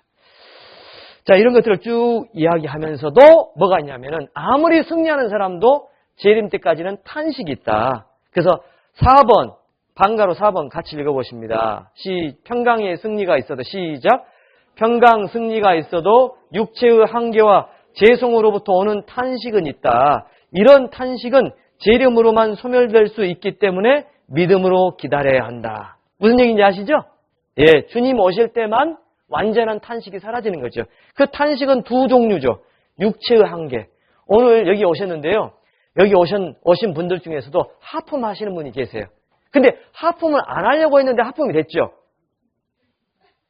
왜 그러냐면 이런 말씀을 들으면서 하품할 수가 없잖아요, 지금. 근데 하품이 되시죠? 근데 하품이 안 되려고 했는데 하품이 되는 것은 뭡니까? 육체의 한계예요. 오늘 그렇게 피곤하게 일하셨고 영업하시면서 갑에 눈치를 슬슬 봐가면서 스트레스 받으면서 그냥 밥을 먹을 때도 그냥 접대 밥을 먹어야 되니까 굉장히 막 어렵게 드셨잖아요. 그러다가 오니까 그냥 편하잖아요. 특별히 저는 더 편한 얼굴이잖아요. 뭐 하품해도 아무런 얘기도 안 하고 사람들이 별로 안 하도 별로 제가 뭐 스트레스 안 받잖아요. 예. 그러니까 사실은 편해요. 그러니까 이제 몸은 편하지, 이게 하루에 피곤은 막 몰려오지, 눈은 막 자울자울하지, 목사님 목소리는 잠자기 딱 좋게끔 일정한 톤이지 막 하니까 이제 그래서 그럴 수가 있죠. 이게 육체의 한계입니다. 근데 그 육체의 한계를 이해하지는 못하는 목회자가 있을 수 있죠. 왜 저래요? 막 그러죠. 그분도 그 육체의 한계를 가지고 있어요. 지금 왜 저래요? 말하는 그분도 그분의 한계입니다. 그걸 좀 이해해주면 얼마나 좋아요. 얼마나 지루하게 설교했겠으면 그리고 얼마나 저분이 피곤해 있으면 졸겠습니까? 이해해줘야 되는데 왜 저냐고 또 화를 내요. 그러면 더 졸리죠 이제. 그렇게 해서는 안 되겠죠. 어쨌든 간에 그런 어떤 육체의 한계가 있습니다. 아무리 신앙이 잘 성장해도 암 걸릴 수도 있고 또 이제 교통사고 나서 어려울 수도 있고요. 또 저녁에 기도하다가 침 질질 흐르면서 잠잘 수 있어요. 저는 고3 때 주특기가 일어나면 아침이요. 옆에는 성경책 있고 침 질질 흐르다가 하나님 무엇이 어쩌고 하다가 그냥 탁 쓰러졌어요. 일어나니까 아침이요. 주여 이 죄를 용서하소서. 그래도 하나님 기뻐하실 겁니다. 기도하려고 하는 마음이 귀하다는 것이죠. 그런 것들이 육체의 한계로부터는 탄식입니다. 그 다음에 죄성으로부터 오는 탄식이 있어요. 이 세상이 지겨운 이유는 세상이 너무 힘들어서가 아니고 내가 너무 악해서 너무 힘들잖아요. 그죠? 세상이 막 힘들어서 막 세상이 지겹습니까? 그건 아니죠. 세상은 그런 대로 살만해요. 타락을 해서 저주받은 세상이지만 그런 대로 견딜만 하죠. 근데 견딜 수 없는 게 있죠. 내가 나를 견딜 수 없어 하잖아요. 이제 주님이 오시면은 그 모든 것이 사라진다는 것이죠. 그러니까 얼마나 기쁘겠습니까? 육체의 한계도 사라지죠. 죄성도 사라지죠. 그때까지는 탄식이 있다는 것입니다. 근데 문제가 뭐냐면 그런 탄식을 이해하지 못하기 때문에 그 탄식을 해결해 보려고 하는 발칙한 발상이 생길 수가 있어요. 그걸 발칙한 발상이라고 할 수 있어요. 한번 따라합시다. 발칙한 발상. 그건 예수님이어야지 가능한 것이에요. 그래서 발칙한 발상이라고 말하는 것입니다. 그런 한계는 누구든지 겪을 수 있는 것이에요. 그건 예수님도 겪었던 것이죠. 예수님도 피곤하시고 목마르시고 우셨잖아요. 육체 한계가 있는데 그런 한계까지도 벗어보려고 하면 그게 초인주의 사상이 되는 거예요. 그리고 기독교 신비주의로 빠지는 것이죠. 그래서 여기 우리 교회 안에서 열심히 신앙생활했던 어머니 회장님, 우리 어머니 회장님 아니고요. 뭐 조장님, 뭐 집사님 이런 분들이 갑자기 우리 교회를 떠나게 되는 겁니다. 다른 교리를 찾아서 그 교리를 들으면 마음의 평강이 와요. 이제까지는 내가 하려고 했고 이제부터는 그리스도가 하신다. 이제까지는 내 노력을 했고 이제는 주님의 은혜로 산다. 라고 하는 잘못된 교리가 들어올 수가 있습니다. 그래서 발칙한 발상이라고 하는 것이죠. 그래서 6번을 보십시오. 방과로 6번. 같이 읽어보십니다. 시작. 두 가지 극단, 거짓 성화와 만족 플러스 지나친 패배주의. 계속 읽어보십니다. 시작. 성화의 원칙에 대한 개념을 바꿈으로 만족하는 성화는 비성경적이며 단순한 자기 만족이다. 여기 보면은 뭐나 교회가 있습니다. 뭐가 있잖아요. 뭐나 교회가 있습니다. 뭐나 교회는요, 이제까지는 내가 하려고 했다는 것이죠. 그러니까 헌금도 있잖아요. 그동안은 막 우리 교회에서 막 죽자 사자 했다는 거죠. 근데 뭐나 교회 갔더니 은혜로 사는 거예요. 안 되면 하지 말어. 물론 우리가 돈이 없으면 주님이 그 돈 없는 것까지 갚지는 않으시잖아요. 빚내서 헌금하라고 하시지 않지 않습니까? 그런데 그래도 우리가 자기 절제하고 부단히 노력하고 최선을 다하는 게 필요한데 은혜로 하는 거예요. 그래서 그냥 그 은혜를 빌미로 방종으로 빠지는 그런 교리가 들어오면 마음이 평안이 들어오겠죠. 단순히 헌금뿐만 아니고 어떤 주님 앞에서 봉사하는 교회 학교 봉사도 너무 힘들잖아요. 막 그냥 어거지로 막 힘들게 막 하다가 그런 이야기를 들으면 하면서 먼화교회로 가게 되겠죠. 네, 이런 교리들이 지금 우리 교회 안에 들어올 수가 있어서 제가 말씀드리는 겁니다. 이것을 먼화교회라고 합니다. 그 다음에 속생명파의 위험한 발상이 있습니다. 속생명파라고 하는 파가 있어요. 이런 파에 조금 발상이 좀 위험한 것들이 있습니다.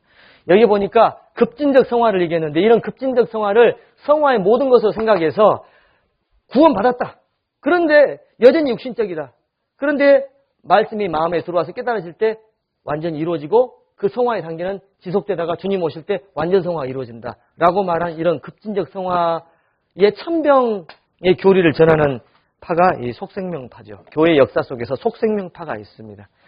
자, 이런 것들을 우리가 기억하면서 여기서 벗어나야 되겠고, 그렇다고 해서 지나친 패배 의식에 빠져서도 안 되죠. 나는 왜 그럴까? 나는 왜 이 모양일까? 이렇게 생각할 수 없습니다. 한번 따라해 보시죠. 믿음의 분량대로 지혜롭게 생각하라. 예, 믿음의 분량이 있고 그 분량 안에서 최선을 다하는 것을 기뻐하시지. 내가 결코 바울이 될 수는 없습니다. 내가 결코 신앙의 영적 거인들이 될 수 없고 나는 나일 수는 있어요. 내가 내 안에서 최선을 다할 때 주님 기뻐하실 것이라고 우리가 기억하면서 살아가야 되겠습니다. 자, 영적 성숙을 위한 몇 가지 조언들이 있는데요. 자, 큰 글자 읽어봅니다. 1번 방가로 시작. 개선해야 할 점을 인식하라. 내가 뭐가 약하냐? 내가 약한 게 있어요. 여자에 약하냐? 돈에 약하냐? 명예에 약하냐? 아니면은 교회 직분에 약하냐? 상처에 약하냐? 이런 것들을 기억하셔야 되겠죠.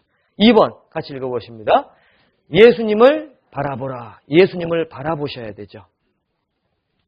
예수님은 우리의 신앙의 가장 큰 롤 모델 되시고 원동력이 되시잖아요. 그 다음에 4번 같이 읽어보십니다. 말씀을 묵상하라. 말씀을 묵상하셔야 되겠죠. 결국에는 신앙생활 잘못하는 이유 중에 가장 뻔한 이유가 말씀 안 봐서 그런 거죠. 근데 이 뻔한 이유를 뻔하지 않게 생각하는 사람들이 많이 있어요. 그러니까 말씀 안 보면서 계속 신앙생활 못하니까 못하는데 그 원인을 다른 데 찾으려고 하죠. 말씀을 계속 가까이 하면은 하나님과 가까이해서 하나님 말씀대로 살게 된다는 것이고 그분의 힘을 힘입게 된다는 것이죠. 그래서 뻔한 이유인데 잘 안 되는 이유 중에 하나가 말씀을 가까이 하지 않아서 그렇습니다. 그 다음에 5번도 읽어보십니다. 다른 사람들의 경건한 본을 본받으라. 그렇습니다. 뭐 말할 것이 없죠. 그 다음에 6번 고난과 핍박이 당신을 연단하도록 하라. 쉬운 것은 아니죠. 그러나 우리가 피할 수 없고 지나쳐서도 안 됩니다. 땀을 적게 흘린 만큼 피를 더 많이 흘린다는 영적인 교훈을 기억을 하셔야 되겠죠. 8번을 또 읽어보십니다. 세상의 습관들을 버려나가자. 세상과 결별하려고 노력을 해나가야 되겠죠. 넘겨보십니다.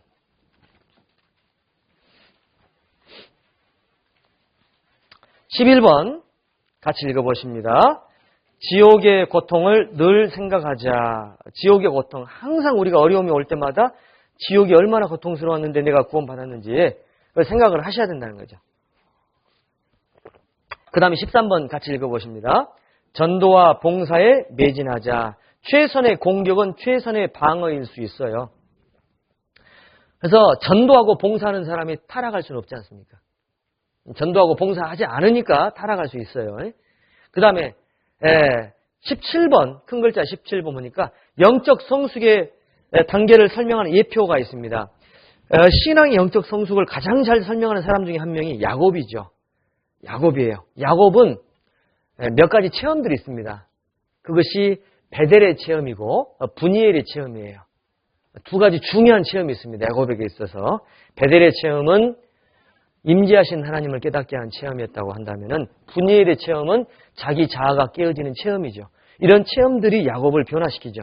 나중에는 야곱이 그의 딸이 강간을 당했습니다. 그럼에도 불구하고 형들이 올 때까지 분을 참고 있는 모습을 보게 되고 나중에는 이르면 이르리라 하면서 이제 베냐민을 놔주는 모습을 보죠.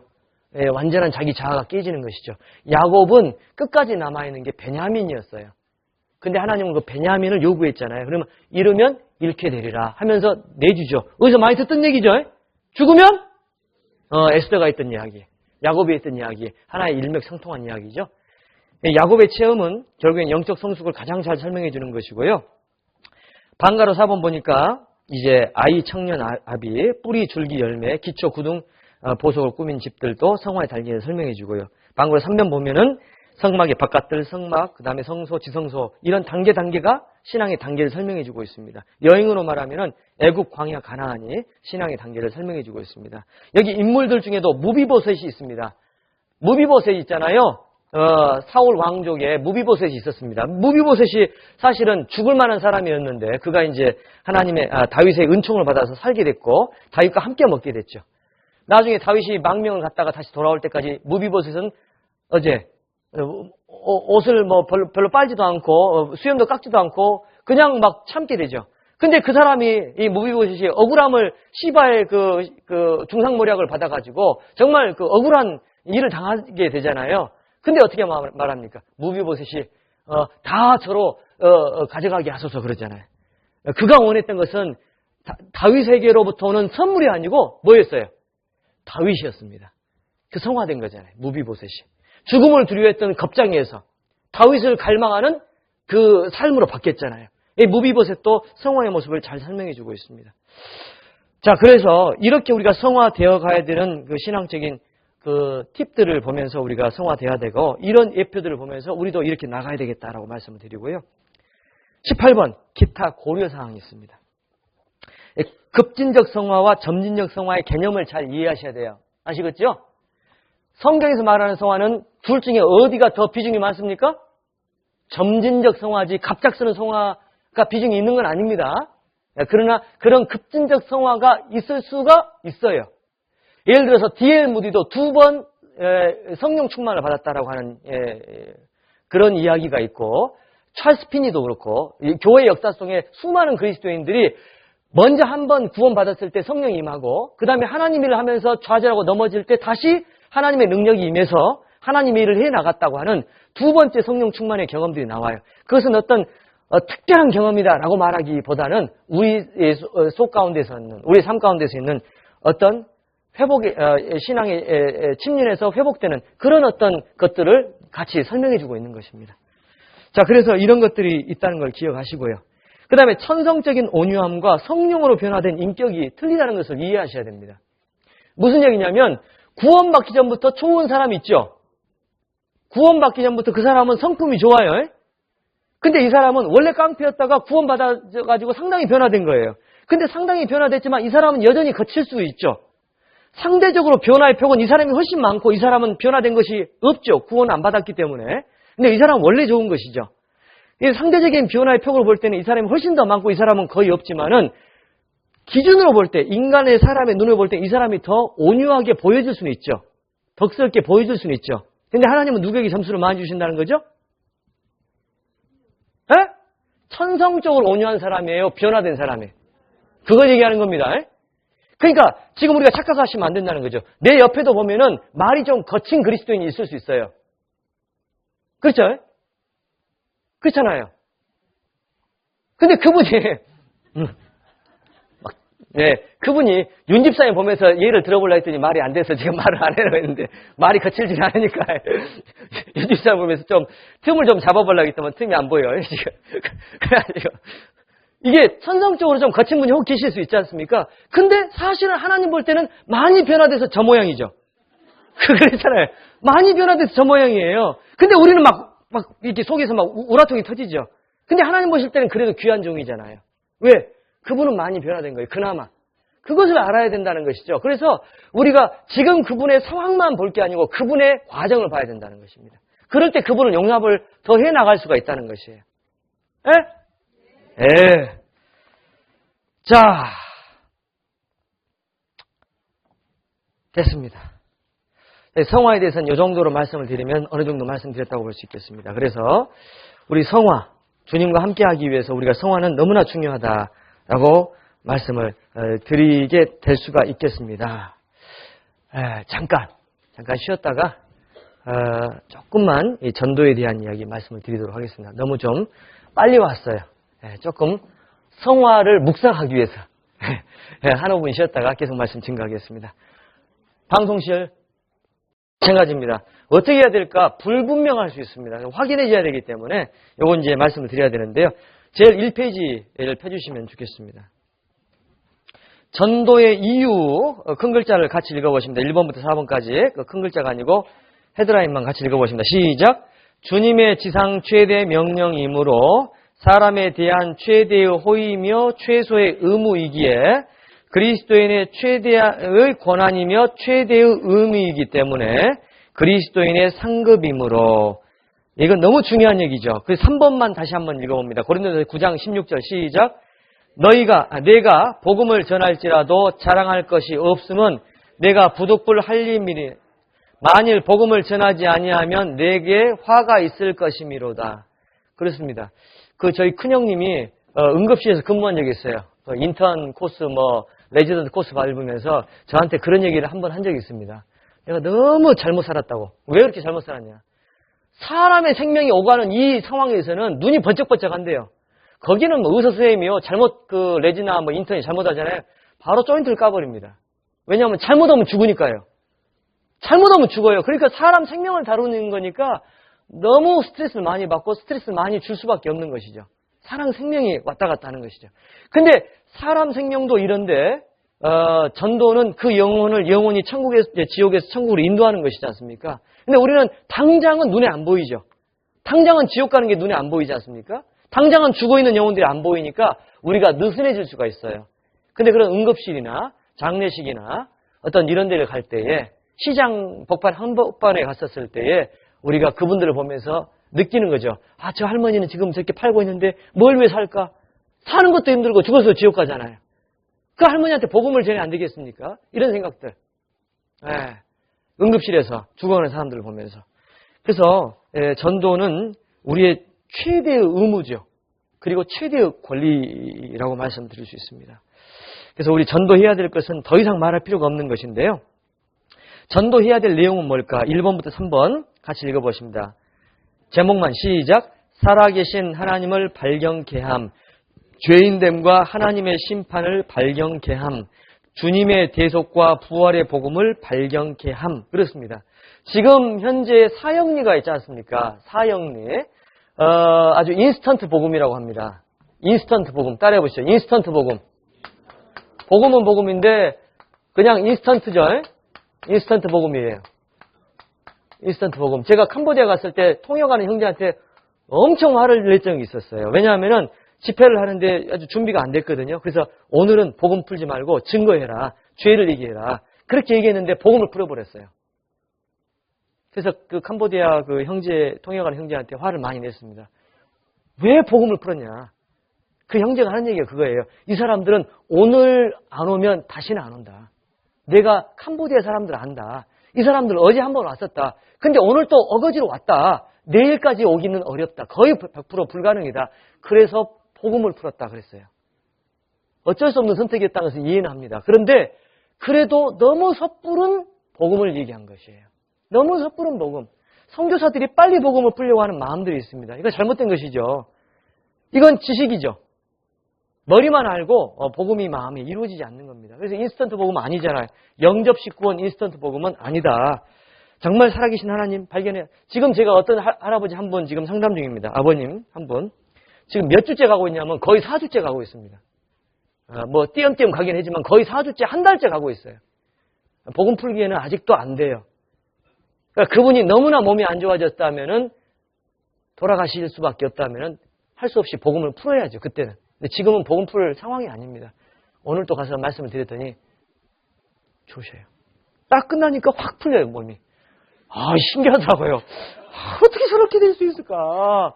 자매님이 어때요? 아버님 말씀 들어요? 막 물어보는데 할 얘기가 없어요. 집중력이 떨어집니다. 라고 말했지만은 집중력이 아니고 좋으셔요. 왜 좋으실까요? 안 들리는 거예요. 왜 안 들려요? 지옥이 정말 있다는 것을 아직도 못 깨달은 것이에요. 그러면 어떻게 복음 풉니까? 심각성이 없는데. 그래서 안타까운 마음을 가지고 나왔는데요. 우리는 최선을 다할 뿐이에요. 최선을 다할 뿐입니다. 그래서 우리는 전도를 해야 되겠습니다. 그래서 3번, 전도는 어떻게 해야 되겠는가? 자, 국내, 해외 동시다발적인 영적 전쟁이다. 동시다발적입니다, 이게. 왜냐하면은 국내 선교 끝내고 해외 선교 해야 된다가 아니에요. 가족 전도한 다음에 해외 선교해야 된다. 그것도 아니죠. 가족도 해야 되고, 국내도 해야 되고, 해외도 해야 되고, 동시에 다 이루어져야 되죠. 왜냐하면 하나님 보실 때는 다 귀하니까요. 동시다발적입니다. 물론 순서로 말하면은 먼저 예루살렘에서 복음이 전해져야 되고, 그 다음에 사마리아로, 그 다음에 온 땅까지 가야 되죠. 내 가족이 구원받아야 되고, 친척이 구원받아야 되고, 해외까지 가야 되죠. 자기 가족 구원 안 받았는데 해외만 전도한다. 그건 이상한 것이죠. 그러나 기본적으로 복음 전하는 것은 동시다발적이어야 된다. 물론 우선순위는 가정에서부터 시작되는 것은 맞겠지만은. 자, 그래서 이렇게 동시다발적으로 하면서도 우리는 효율성을 고려하지 않을 수가 없다. 3번, 방금 3번, 마태복음 10장 11절 같이 읽어보십니다. 아무 성이나 촌에 들어가든지 그 중에 합당한 자를 찾아내어 너희 떠나기까지 거기서 머물라. 합당한 자가 있어요. 효율성을 보실 필요가 있습니다. 다 전해야 되지만 효율성을 봐야 됩니다. 그래서 동시다발적인 영적 전쟁이면서 효율성도 고려해야 되는 영적 전쟁이면서 가족부터 전도해야 되는 영적 전쟁이다. 여러 가지 모습으로 얘기할 수 있겠죠. 전도는 뭐냐면은 신앙 건강의 척도입니다. 저 사람이 신앙이 건강하냐 건강하지 않느냐라고 하는 것은 전도에 얼마나 애정이 있는지를 볼 때에 알 수가 있죠. 자, 전도를 잘한다고 신앙이 항상 건강한 건 아니에요. 근데 신앙이 건강한 사람은 전도를 항상 잘하려고 해요. 그 말씀 이해가 되셔요? 전도를 잘한다고 항상 신앙이 건강한 건 아니에요. 그러나 신앙이 건강한 사람은 전도를 항상 하려고 애를 쓰는 것이에요. 되든 안 되든 애는 써봐야 되잖아요. 그래서 신앙 건강의 척도가 되는 것이죠. 왜냐하면 그것은 하나님이 가장 기뻐하시는 일이니까 하나님을 정말 사랑한다면 하나님이 정말 기뻐하시는 그 일을 하게 되는 것이죠. 하나님을 사랑한다고 하면서 하나님이 원하시는 전도를 안 한다면 하나님을 정말 사랑한다라고 보기는 어렵다는 것입니다. 자, 그러면은 전도는 두 종류가 있다. 직접 전도가 있고 간접 전도가 있죠. 직접 전도는 직접 가서 전도하는 것이고 간접 전도는 누구를 인도하지 못해도 내가 참여하는 것이죠. 간접 전도 위에서부터 아래까지 읽어보십니다. 집회 참여, 물질 참여, 기도 참여, 봉사 참여. 봉사하는 것도 간접 전도죠. 설거지하고 화장실에서 청소하고, 그것도 전도 집회를 위한, 교회당을 꾸며서 교회당에서 복음을 전하기 위한 간접 전도예요. 그래서 직접 전도가 안 되면 뭐라도 해야 된다? 간접 전도라도 해야 된다. 수라도 채워줘야 된다. 이렇게 얘기를 드릴 수 있겠습니다. 직접 전도에 보니까 조우 전도라는 게 있죠. 조우 전도는 뭐예요? 조우가 뭡니까? 갑작스럽게 만나서 뜬금없이 전도하는 게 조우 전도예요. 전라도 말로요. 좀 속된 말로 뜬금없는 전도죠. 뜬금전도 시작. 뜬금전도예요. 뜬금전도. 아니요. 제가 웃긴 얘기가 있습니다. 어떤 목사님이 계시는데 박 목사님 서울에 계셔요 지금. 그리고 한 분은 이제 전주 옆에 계세요. 어떤 목사님 계십니다. 그 성이 하도 특이해서 누구라면 다 아셔요. 그분 계시는데 그 어떤 전주 옆에 계신 그 모 목사님이 이제 선배를 전도하려고 하는데 이 선배가 있잖아요. 이제 바쁜 것처럼 보여지고 자기도 바빠요. 방송실에서 근무했거든요. 그래서 힘들었는데 아니 선배가 어느 날 갑자기 와가지고 왜 나한테 교회 가자는 얘기 안 하냐 이렇게 하는 거예요. 그래서 내가 바빠서 다음에 내가 인도할게 이렇게 해버린 거예요. 야, 그러면 테이프라도 줘라. 테이프라도. 그래가 이제 테이프를 준 거예요. 아이, 테이프를 한번 봤는데요. 아침 8시에 봤는데, 이게 실화입니다. 제가 직접 들은 거예요. 아침 8시에 본인이 혼자 봤는데, 저녁 8시까지 봤는데, 점심도 굶고, 저녁도 굶고, 말씀 듣고, 기도하고, 말씀 듣다가 하루 만에 구원 받아버렸어요. 아, 그런 분이 계시더라니까요. 이것을 뜬금전도라 그래요. 뜬금전도. 이게 어떻게 될지 모릅니다. 왜냐하면 그게 하나님이 하신 일이니까. 그렇잖아요. 누구 전도하려고 했는데 따라온 사람이 구원받잖아요. 저희 옛날 집에도요, 아버지 전도하려고 그 전도인 모셔서 저희 집에서 집회했거든요. 80년 그때 기억납니다. 아버지 전도하려고 전도인을 저기 목포에선가 모셔오셨거든요. 아, 근데 아버지만 안 오고 다른 사람 다 와서 구원받았어요. 아버지만 안 오셨어요. 근데 다음에 이제 수양에 가셔서 이제 구원을 받으셨는데, 요거 뜬금전도예요. 그래서 뜬금전도도 필요하다. 한번 따라합시다. 뜬금전도. 예, 뜬금전도 필요합니다. 그리고 해외 선교도 아주 효율적인 전도입니다. 한국에서는 집회하려면 대집회할 때 한 500만 원 들지 않습니까? 대집회 해봐야 구원받는 사람 한 10대 명, 교제 붙는 사람 3개월 뒤에 생존율 한 30%. 그러니까 3개월 뒤에 대집회 끝나고 남아있는 사람은 보통 한 5명, 이 정도 남아있어요. 그죠? 근데 해외는요, 보통 한 번 집회할 때 해봐야 70만 원. 그런데 구원받는 사람 50명, 3개월 뒤 생존율 반타자, 해가지고 한 25명, 이 정도는 남아있다는 겁니다. 그러니까 해외 선교가 참 중요해요. 참 중요합니다. 예? 아무리 얘기해봐야 실제로 해외 선교 가서 그 현장을 안 보면요, 눈이 안 뒤집혀요. 이게 눈이 뒤집혀야 돼, 한번. 그 해외에서 구원받는 그 많은 영혼들을 보면서 가슴이 막 터지려고 해야 돼요, 한 번씩. 그런 적 있으세요? 벅차오르는 감정이 있습니다, 그게. 야, 이 사람들이 지옥 갈 뻔했구나, 이게. 한 번도 복음 못 듣고 교회만 다니다 지옥 갈 뻔했다. 이거 한번 깨달으면요, 그거 항상 가고 싶습니다, 그게. 예? 예. 뜬금전도도 필요하고 해외 선교도 필요하다. 자, 그럼 어떻게 해야 될 것이냐? 먼저 5번.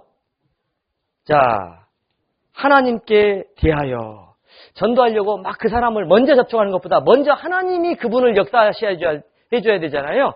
그래서 골로새 4장 3절 같이 읽어보십니다. 또한 우리를 위하여 기도하되 하나님의 전도할 문을 우리에게 열어주사 그리스도의 비밀을 말하게 하시기를 구하라. 내가 이것을 인하여 매임을 당하였노라. 하나님이 열어주셔야죠. 그래서 하나님께 먼저 기도하는 게 그 사람 마음을 사는 것보다 더 중요한 겁니다. 우리는 그 사람 마음 살려고 하죠. 먼저는 하나님께 기도하는 것이 우선이 돼야 된다는 것이죠. 그 다음에 교회에 대해서 나와 있습니다. 교회. 단거로 1번 같이 읽어보십니다. 전도는 개인의 노력보다 성도 간 온전한 연합의 결과이다. 사도행전 9장 31절 같이 읽어보세요. 그리하여 온 유대와 갈릴리와 사마리아 교회가 평안하여 든든히 서가고 주를 경유함과 성령의 위로로 진행하여 수가 더 많아지니라. 그랬습니다. 여기 보니까 성령의 위로로 수가 더 많아지는 이유가 뭘까? 온 교회가 하나가 됐기 때문에. 구리교회 있지 않습니까? 구리교회가 이번에 새신자가 280명인가 왔답니다. 전도 집회 했는데요.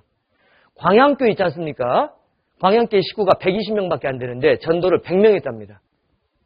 엄청납니다.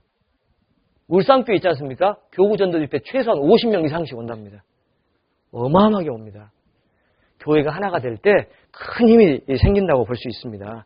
그래서 개개인도 중요하지만 교회가 하나가 돼야 되는 것이에요. 그러니까 서로 싸우면은 뭡니까? 교회라고 하는 하나님의 그릇을 구멍내는 것이죠. 그건 아간이 되는 겁니다. 앞뒤 보시면서 야이 아간아. 시작. 야이 아간아. 우리가 아간이 될 수 있어요. 이 아간이가 될 수 있습니다. 우리가 한 명 한 명이 서로 미워하고 싸울 때 우리는 결국 우리 교회를 쪽박낼 수가 있어요. 아간이 될 수 있습니다. 기억하시고요. 그 다음에 자신에 대하여 어떻게 나와 있을까? 자기가 하나님 앞에서 합당한 삶을 살아야지. 그러면서 전도를 해야 되잖아요. 호세아서 9장 10절 11절인데 11절만 읽어보십니다. 시작. 에브라임의 영광이 새같이 날아가리니 해산함이나 아이뱀이나 잉태함이 없으리라. 이스라엘이 잘못 살았을 때 이스라엘에 잉태함이 없다고 돼 있잖아요. 그렇습니다. 우리가 주님 앞에 잘못 살았을 때 잉태함이 없을 수가 있어요. 기억하셔야 되겠습니다. 2번, 방가로 2번 보니까 자신에 대해서 해결되지 않은 죄를 버리고 성도 간에 온전치 못한 관계를 고쳐야 된다. 마태복음 5장 24절 보니까 같이 읽어보시죠. 예물을 제단 앞에 두고 먼저 가서 형제와 화목하고 그 후에 와서 애물을 드리라. 예배 드리는 것도 그렇고 전도하는 것도 그렇죠. 누구를 미워하면서 전도하는 것이 가증할 수가 있습니다. 우리는 왜 그토록 용서하지 못할까요? 우리가 얼마나 못나서 그럴 수가 있습니다. 저 스스로도 그럴 때가 있어요. 나는 왜 이 모양일까? 고쳐야 되겠죠. 이런 것들을 고쳐야 되죠. 그래서 하나님에 대한 태도, 교회에 대한 태도, 자신에 대한 태도가 바뀌어야지 전도가 될 것이다 라고 하면서 마지막으로 우리가 일상적으로 말하는 피전도자에 대한 태도입니다. 1번, 방가로 1번 같이 읽어보세요. 공감대를 형성할 수 있는 접촉점을 찾으라. 접촉점이 필요하죠. 바울은 얘기했습니다. 여러 사람에게 내가 여러 모양이 된 것은 아무쪼록 몇몇 사람을 구원코자 함이라. 우리가 십자가를 달았던 것도 몇몇 사람을 더 구원하려고 하는 배려지 세상에 대한 타협이 아닙니다. 그죠? 십자가는 전도의 수단일 뿐이지 우리는 결코 그것이 우상 숭배 대상도 아니고 그 어떤 의미가 아니라는 것이죠. 여러 사람에게 여러 모양이 되어야 된다. 그래서 요새 스마트폰으로 전도하는 경우가 있습니다. 그 다음에 방구로 3번 시작. 화나 혈기를 자제하고 부드럽게 대하라. 논리에서는 승리하고 사람을 잃을 수는 있죠. 말은 맞는데 화를 내가지고 그 사람 다시는 안 온다 그러죠. 특히 누구하고 상담할 때. 저하고 상담할 때. 그럴 가능성이 있습니다. 조심해야 되겠죠, 우리가. 자, 4번. 방구로 4번. 시작. 전도의 권유가 안 통하면 미안해서라도 듣게 하라. 사실은 논리적인 것으로 전도하기는 어렵습니다.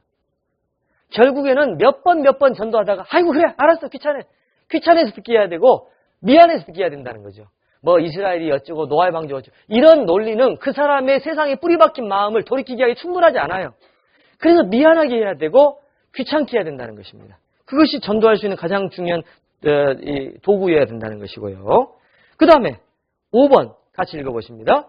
지혜로운 모든 방법을 동원하라. 모든 방법을 동원해야 되겠죠. 뭐가 됐든 간에. 그래서 뱀처럼 지혜롭고 비둘기처럼 순결하라 이렇게 말씀하셔요. 그 다음에 6번 시작.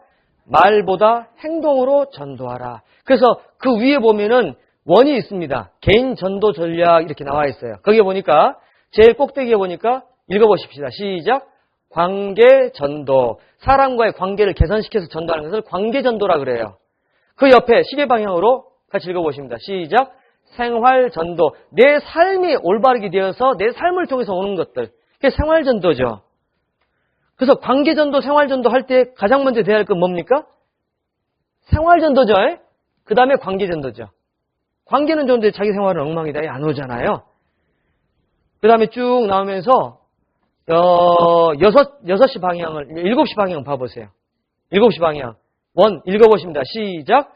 목표 설정. 이거요. 내가 한 달에 한 명은 전도하려고 해야 되겠다. 이런 목표를 설정하는 것이 굉장히 중요합니다. 뭐 시간 주어지면 하지 뭐. 집회 있으면 그 앞에 좀 인도해보지. 이렇게 하면요. 안 됩니다, 잘. 그러니까 한 달에 한 번은 권해야 되겠다. 일주일에 한 번은 권해야 되겠다. 이런 어떤 자기의 컨트롤이 필요합니다. 그럴 때 많은 전도를 할 수가 있는 것이죠. 그 다음에 8시 방향 같이 읽어보십니다. 논리전도. 논리전도는 뭐예요? 논리적으로 전도하는 거죠. 요새 좀 봐라. 지금 지구가 지금 이상해지지 않냐. 요새 저 IS 있지 않냐. 다 성경에 나왔다. 이게 논리전도예요. 논리전도는 우리가 일상하는 것입니다. 가장 중요한 것은 생활전도. 두 번째 중요한 것은 관계전도. 세 번째 중요한 것은 목표 설정. 네 번째는 논리전도. 이런 것들 기억을 좀 해나가시면 좋겠습니다. 그 다음에 8번. 제일 밑에 8번입니다. 방가로 같이 읽어보세요.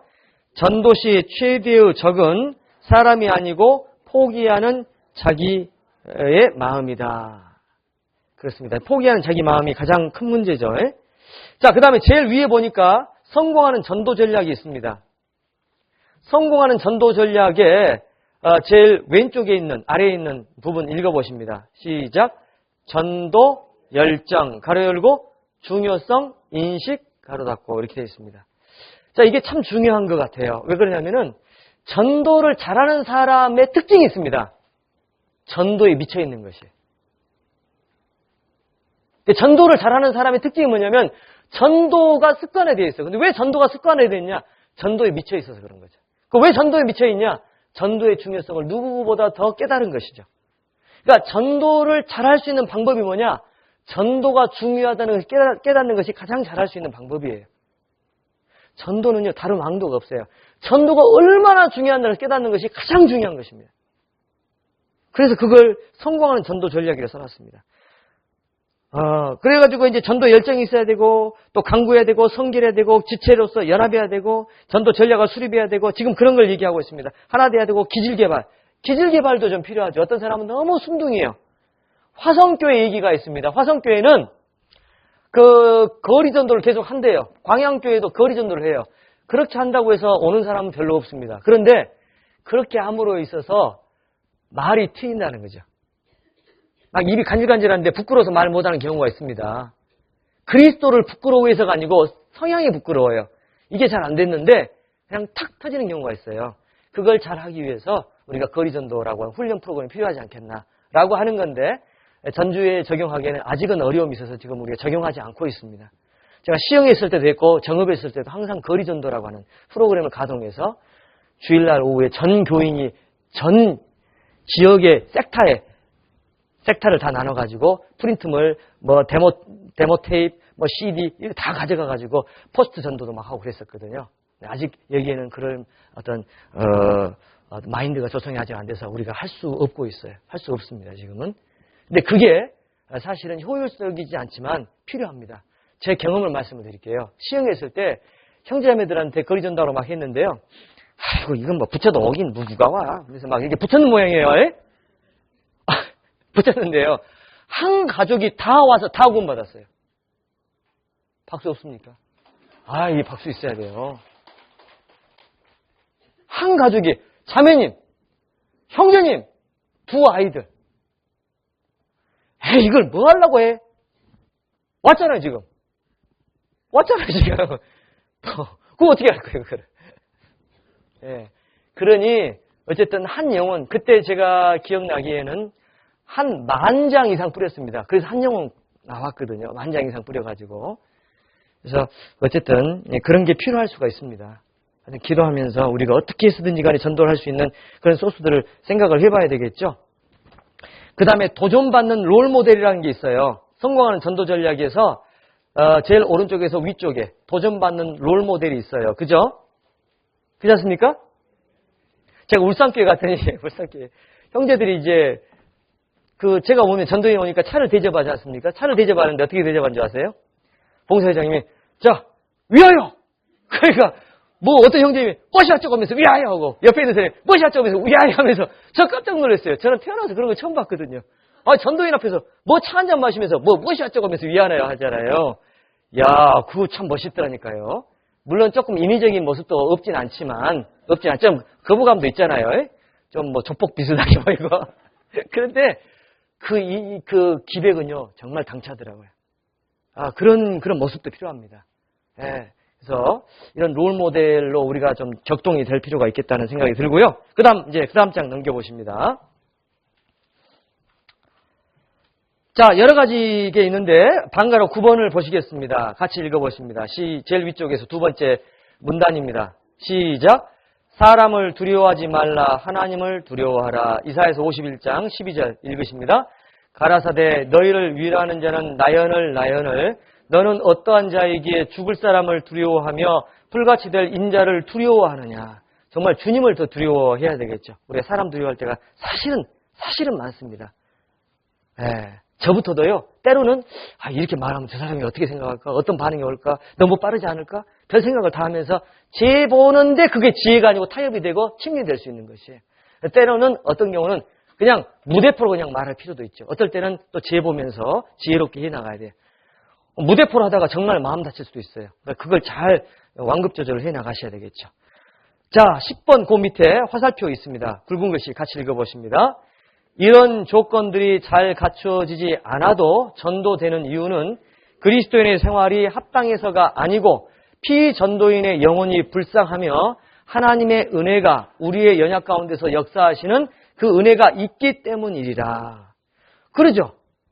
우리가 선교를 하지 않고 누굴 미워하는 상태에서도 전도했는데 구원받는 경우도 있어요. 왜 그러냐면은 우리가 합당해서가 아니고 그 영혼이 너무 불쌍해서, 그리고 우리 같은 사람에게서도 하나님이 전도할 수 있는 기회를 주시려고 그 영혼이 인도되고 구원받는 경우가 있을 수가 있다는 것입니다. 네? 그러니까 결과가 중요한 게 아니고 과정이 더 중요한 것이죠.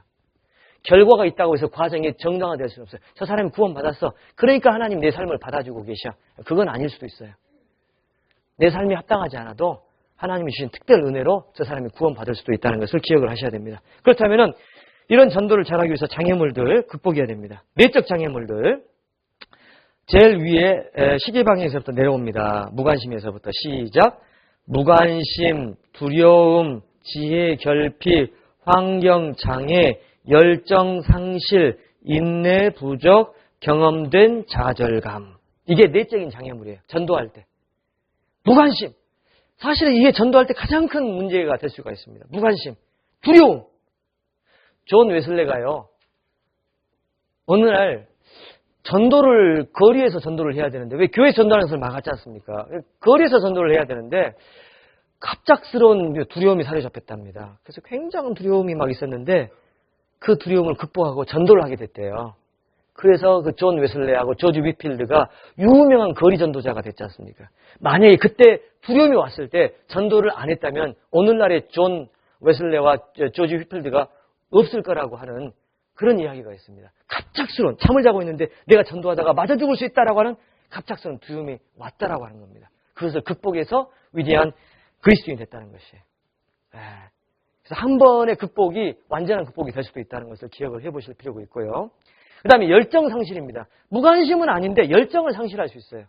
여기 보니까 금오고 가로 닫고 가로 열고 뭐 이렇게 있잖아요. 가로 열고 가로 닫고. 제가 금오고 출신이거든요. 금오고 있을 때 학교 선생님 4명 전도했고 제 아는 친구들 13명 전도했어요. 고등학생 때. 그때 구원받아서 목사님 된 분도 지금 서울교회에 계세요. 근데 금오고에서는 그렇게 했어요. 근데 대학교 들어갔잖아요. 대학교에서는 어떻게 전도했냐면은 대학교 집회 끝나면은 오리엔테이션하고 막 그러지 않습니까? 대학생들 선배 후배가 와가지고 우리 클럽이 어떠고 우리 서클이 어떠고 그것을 수업 끝나면 한 쉬는 시간 5분 안에 그 발표하는 시간도 있고 그래서 사람들 단원들 모집하고 그러는데 그때 제가 올라가서 전도 집회 대학 전도 집회 있다고 막 거리 전도도 하고 막 200명 300명 앞에서도 막 얘기하고 그렇게 했던 경험이 나요. 그랬는데 직장에 들어가가지고 첫 직장에서 입을 딱 막았어요. 이상하더라고요. 말이 안 터지는 거예요. 환경이 바뀌고 위축이 되고. 그러니까 왜 이런 게 생기냐면은 그런 열정이 어떤 환경적인 이유나 어떤 마음의 어떤 부담 때문에 입이 딱 닫히는 거죠. 이해가 되시죠? 그러다가 조금씩 열리더라고요. 그래서 4명도 인도하고 몇 명도 인도하고 막 이렇게 해보기도 했는데요. 어쨌든 간에 열정 상실에서도 우리가 벗어나야 되고요. 경험된 좌절감이 있습니다. 한두 번 했는데 안 되니까 아이고 힘들 거다 라고 해가지고 안 하는 경우도 있어요. 경험된 좌절감. 자, 이런 내적 장애물들을 우리가 이겨나가야 되겠죠.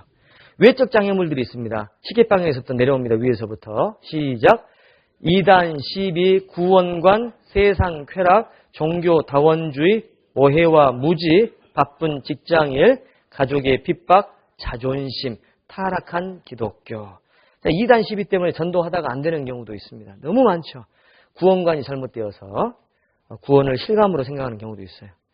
세상을 좋아해서, 교회는 다 똑같다고 생각해서, 종교는 다 똑같다고 생각해서, 너무 바빠서, 마음은 있는데 그런 경우도 있고요. 자존심, 기독교가 너무 타락해서. 자, 이런 것들을 다 이겨나가야 되겠죠. 그래서 6번, 여러 가지 전도 사례인데요. 성공 사례는요, 아브라함, 노아만 구원받은 게 아니고 가족이 다 구원받았잖아요. 자, 반거래 2번. 가족이 다 구원받은 경우 한번 읽어보십니다. 시작.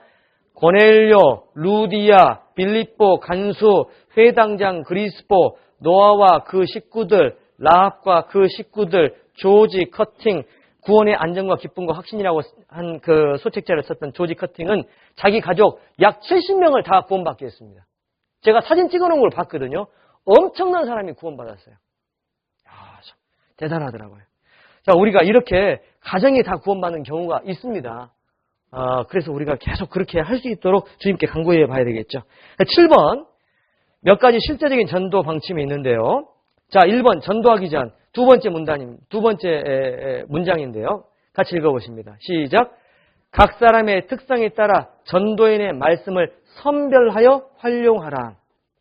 어떤 사람은 감성적인 사람이 있습니다. 그런 분은 감성적으로 말씀을 전하는 전도인의 말씀을 들려주는 게 좋고요. 어떤 사람은 이성적이고 논리적인 사람이 있어요. 그런 분은 이성적이고 논리적인 분의 말씀을 전해주는 게 좋습니다. 예? 예, 이성적인 사람한테 감성적인 전도인, 이거 좀 이상하죠.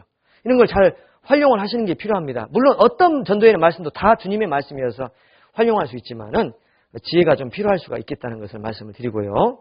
그 다음에 바로 밑에 같이 읽어보십니다. 구원의 간증을 말할 때는 상대방에게 잘못된 선입견을 갖지 않도록 주의하라. 무슨 얘기인지 아시죠? 구원 받았을 때 감동을 너무 리얼하게 말하면 그게 구원관이 될 수 있어요. 그러면 그게 구원을 막을 수 있기 때문에 주의하셔야 됩니다. 주님을 보게 해야 되지 그 사람의 간증에서 나왔던 구원의 감동을 보게 해서는 안 된다는 것이 기억을 하셔야 되겠습니다. 그 다음에 2번 전도 권유 시 제일 중요한 거 첫 번째 문장 읽어봅니다. 시작. 자존심에 잔소리를 하지 말고 양심에 호소하는 암시를 사용하라. 자존심의 잔소리, 이게 최악입니다. 예? 이거 최악입니다. 자존심에 잔소리를 하는 경우가 있습니다. 지혜 없는 어떤 자매님들은요, 남편을 막 내리 긁어요. 막. 제가 볼 때는 저도 구원 못 받겠어요. 그렇게 말하면. 그런 경우가 있을 수가 있어요. 자존심을 건들면 절대 안 됩니다. 자존심은 살려줘야 돼요. 남자의 특성은, 남자는 뭘로 산다? 자존심이에요. 자존심이에요. 그래서요, 우리 실내적구 한 번씩 이렇게 하고 그러는데, 자존심은 세워줘야 되죠. 자존심.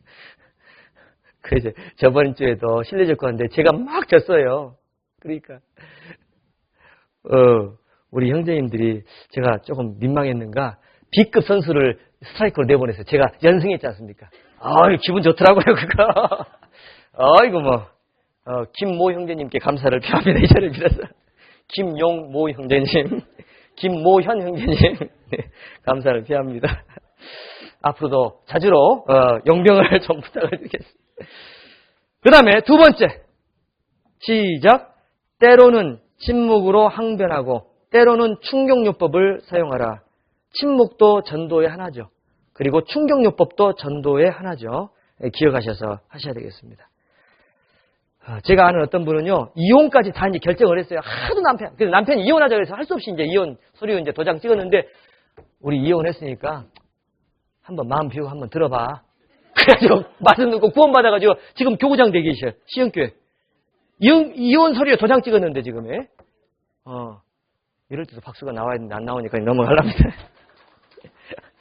그런 분도 계시더라고요. 이혼 서류에 도장 찍었는데 구원받아가지고 교구장 돼가지고 아주 참 엄청난 분이 계십니다.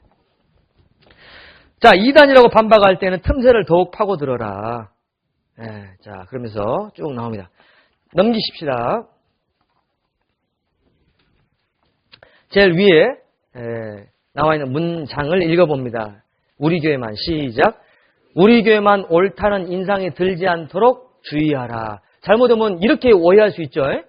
사실 우리 교회 외에 다른 교회에서 복음 전해지는 것이 쉽지는 않잖아요. 그건 사실이죠. 물론 구원받은 사람이 좀 있고 복음적인 교파 교회가 있지만은 사실은 우리같이 전도하는 데가 없잖아요. 우주적으로. 지구적으로 없는 게 아니고 우주적으로 없지 않습니까? 지구가 아니고 우주적으로 없는데, 그러더라도 우리를 너무 주장하면은 그 반발심이 생길 수 있기 때문에 주의할 이제 필요가 있겠다는 거죠.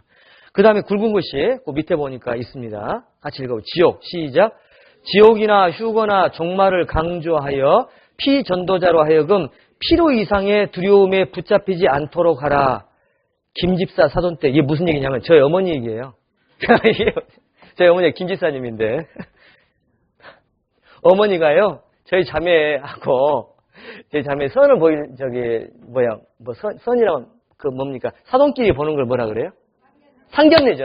상견례를 보려고 딱 갔어요. 근데 그 자리에서 저희 장모님 될 분한테 전도자를 딱 가져와가지고, 야, 지옥 있어. 믿으시오. 그 자리에서, 상견례하는 자리에서요. 제가 뚜껑 벗겨지는 줄 알았습니다. 와, 그 자리에서 세상에 이렇게 하시면 안 되잖아요. 네, 조금 지혜롭게 해야 되잖아요. 결국은 나중에 구원 받으셔서 지금 정읍교회 은장 회장님 되계십니다. 이럴 땐 박수가 나와야 돼요. 예, 은장 회장님이 되계십니다. 그러니까 이게 있습니다. 이 보시죠. 우리 아이들도 마찬가지인데요. 이게 죄로 덮여졌던 어떤 마음이라고 해보시죠. 이게 기본적인 인성이라고 해보시죠. 자, 요건 인성입니다. 그러면은 어린 아이들은 죄성이 별로 없죠. 요 정도밖에 없죠. 어른은 죄성이 많이 있고 죄로 많이 오염됐기 요 정도로 두툼하죠. 그럼 어떻게 해야 되겠습니까? 주님 말씀에 들어가려면 무장 해제를 시켜야 되기 때문에 이런 많은 죄로 말미암아 오염된 분들을 걷어내기 위해서는 많은 말씀과 강한 말씀이 필요하죠. 그래서 7년 대환란에 강력한 메시지가 필요하고 지옥에 대한 강력한 메시지가 필요하고 휴거되지 못할 수 있다는 강력한 두려움을 주는 메시지가 필요합니다. 성인들은. 근데 아이들은 어떻습니까? 죄를 많이 경험하지는 않았어요. 그런 아이들한테 휴거를 지나치게 강조한다니, 7년 대환란 너무 많이 얘기한다니, 지옥을 리얼하게 얘기한다니, 그러면 어떤 문제가 생기냐면 이 두툼해진 죄에 대한 유혹된 강팍해진 이 마음, 이 껍데기만 벗겨지는 게 아니고 인성까지 벗겨져 버려요. 얘들은. 이것까지 이제 상처가 돼요. 그러면은 자 보세요. 이게 이렇게 되는 겁니다. 이게 이렇게 되면은 구원을 받아도요. 이게요. 요 있잖아요. 요 부분이요. 이게 회복이 좀 안 돼요. 항상 구원 의심하고 후구 의심할 수가 있어요. 얘들은. 순수한 사람은. 그러니까 그 사람의 상황에 맞춰서 강약 조절을 해나가야 된다는 겁니다. 그래서 어린이 집회할 때 휴거를 지나치게 얘기하는 것이 별로 안 좋을 수가 있어요. 휴거를 얘기할 필요성이 있을 수가 있지만은 지나치게 얘기하는 것은 어린이로 하여금 더 큰 두려움에 잡힐 수 있게 할 수 있습니다. 주의해야 될 것입니다. 그것은요. 자, 주의하셔야 되겠고요. 그 다음에 이 얘기입니다. 하나님, 시작.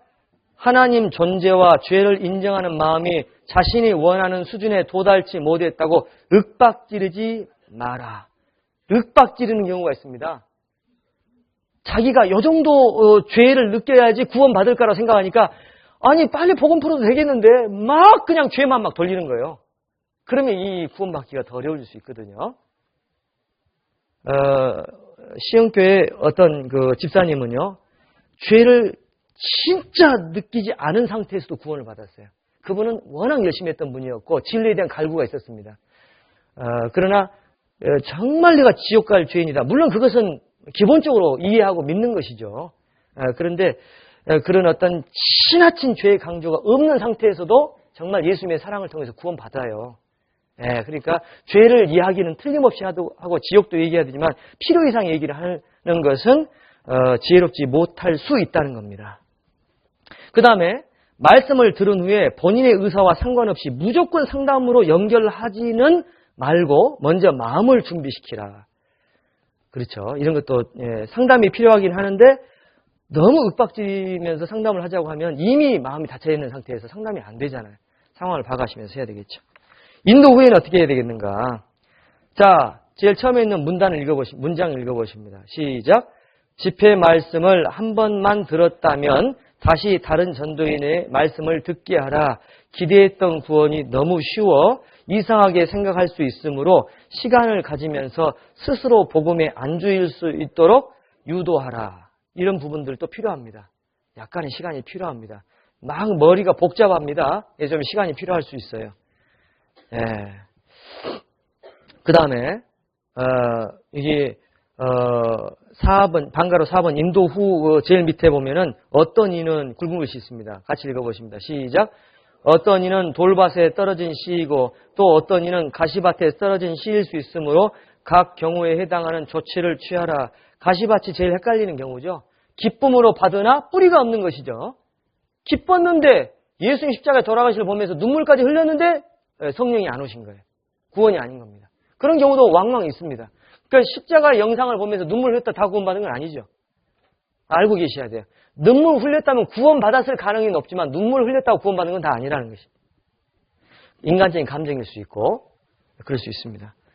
예, 순간의 기쁨일 수 있고 다 기대 그런 것들을 다 분석을 해 나가시면서 해 나가야 되겠죠. 그 다음에 5번 전도가 안 될 때 두 번째 문단 시작.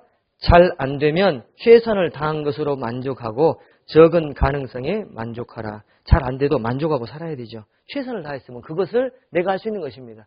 그 사람 구원받고 안 받고는 그 사람 책임이고 주님의 역사 문제죠. 우리가 할 수가 없어요.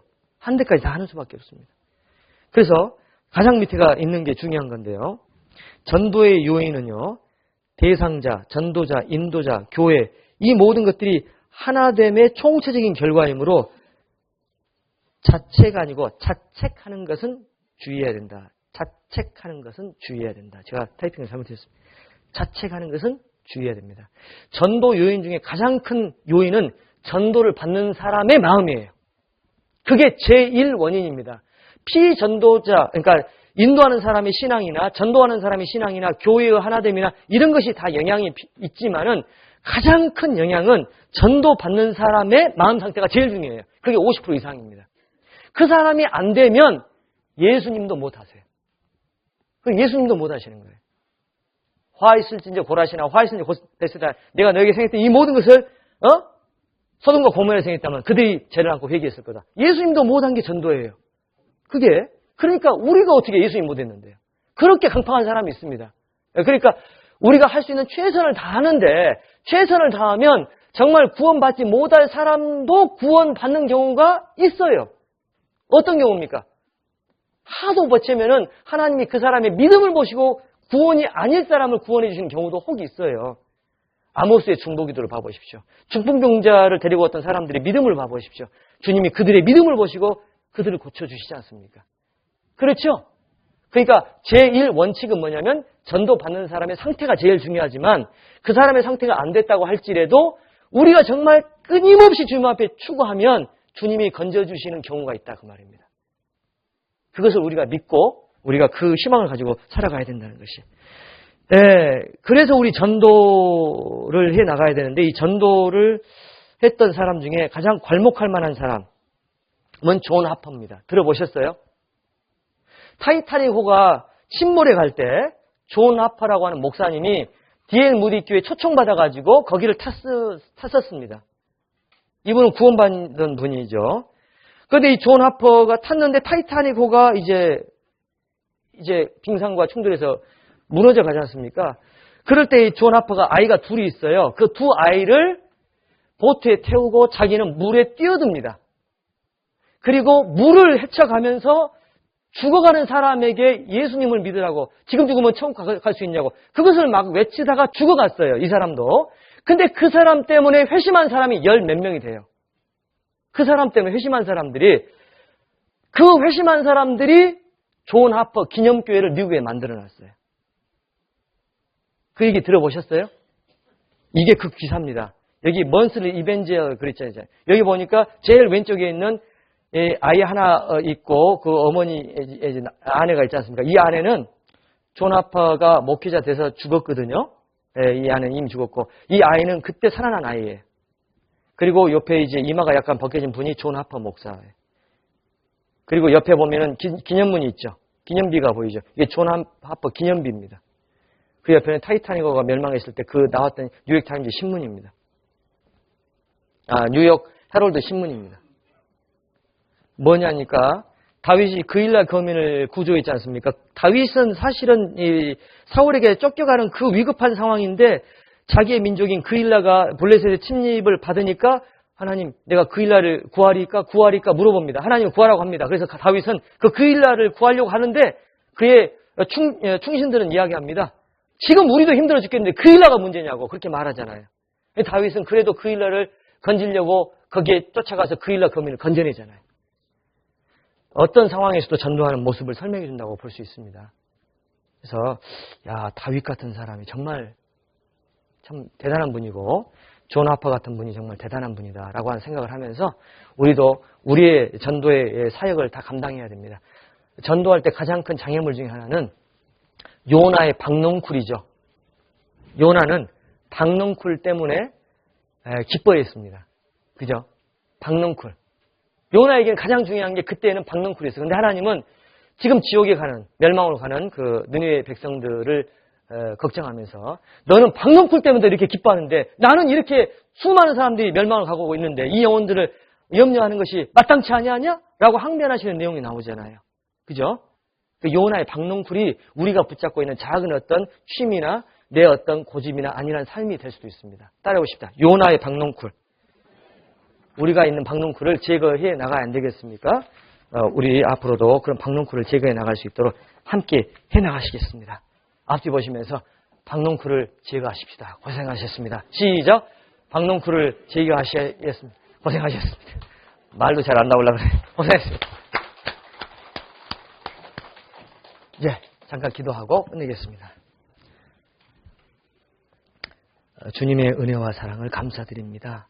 저희들 붙잡아 주셔서 주님이 원하시는 그 삶을 살아갈 수 있도록 더욱더 온전해질 수 있도록 붙잡아 주시고 또 전도하는데 우리의 박넝쿨 때문에 스스로 만족에 빠져서 그늘 밑에 앉아있지 않도록 주님 도와주시옵소서. 남은 모든 삶을 주님 온전히 붙잡아 주시기를 간절히 원합니다. 저를 사랑하시는 예수님의 이름으로 기도드립니다. 아멘. 예, 수고들 많으셨습니다. 안녕히 들어가십시오.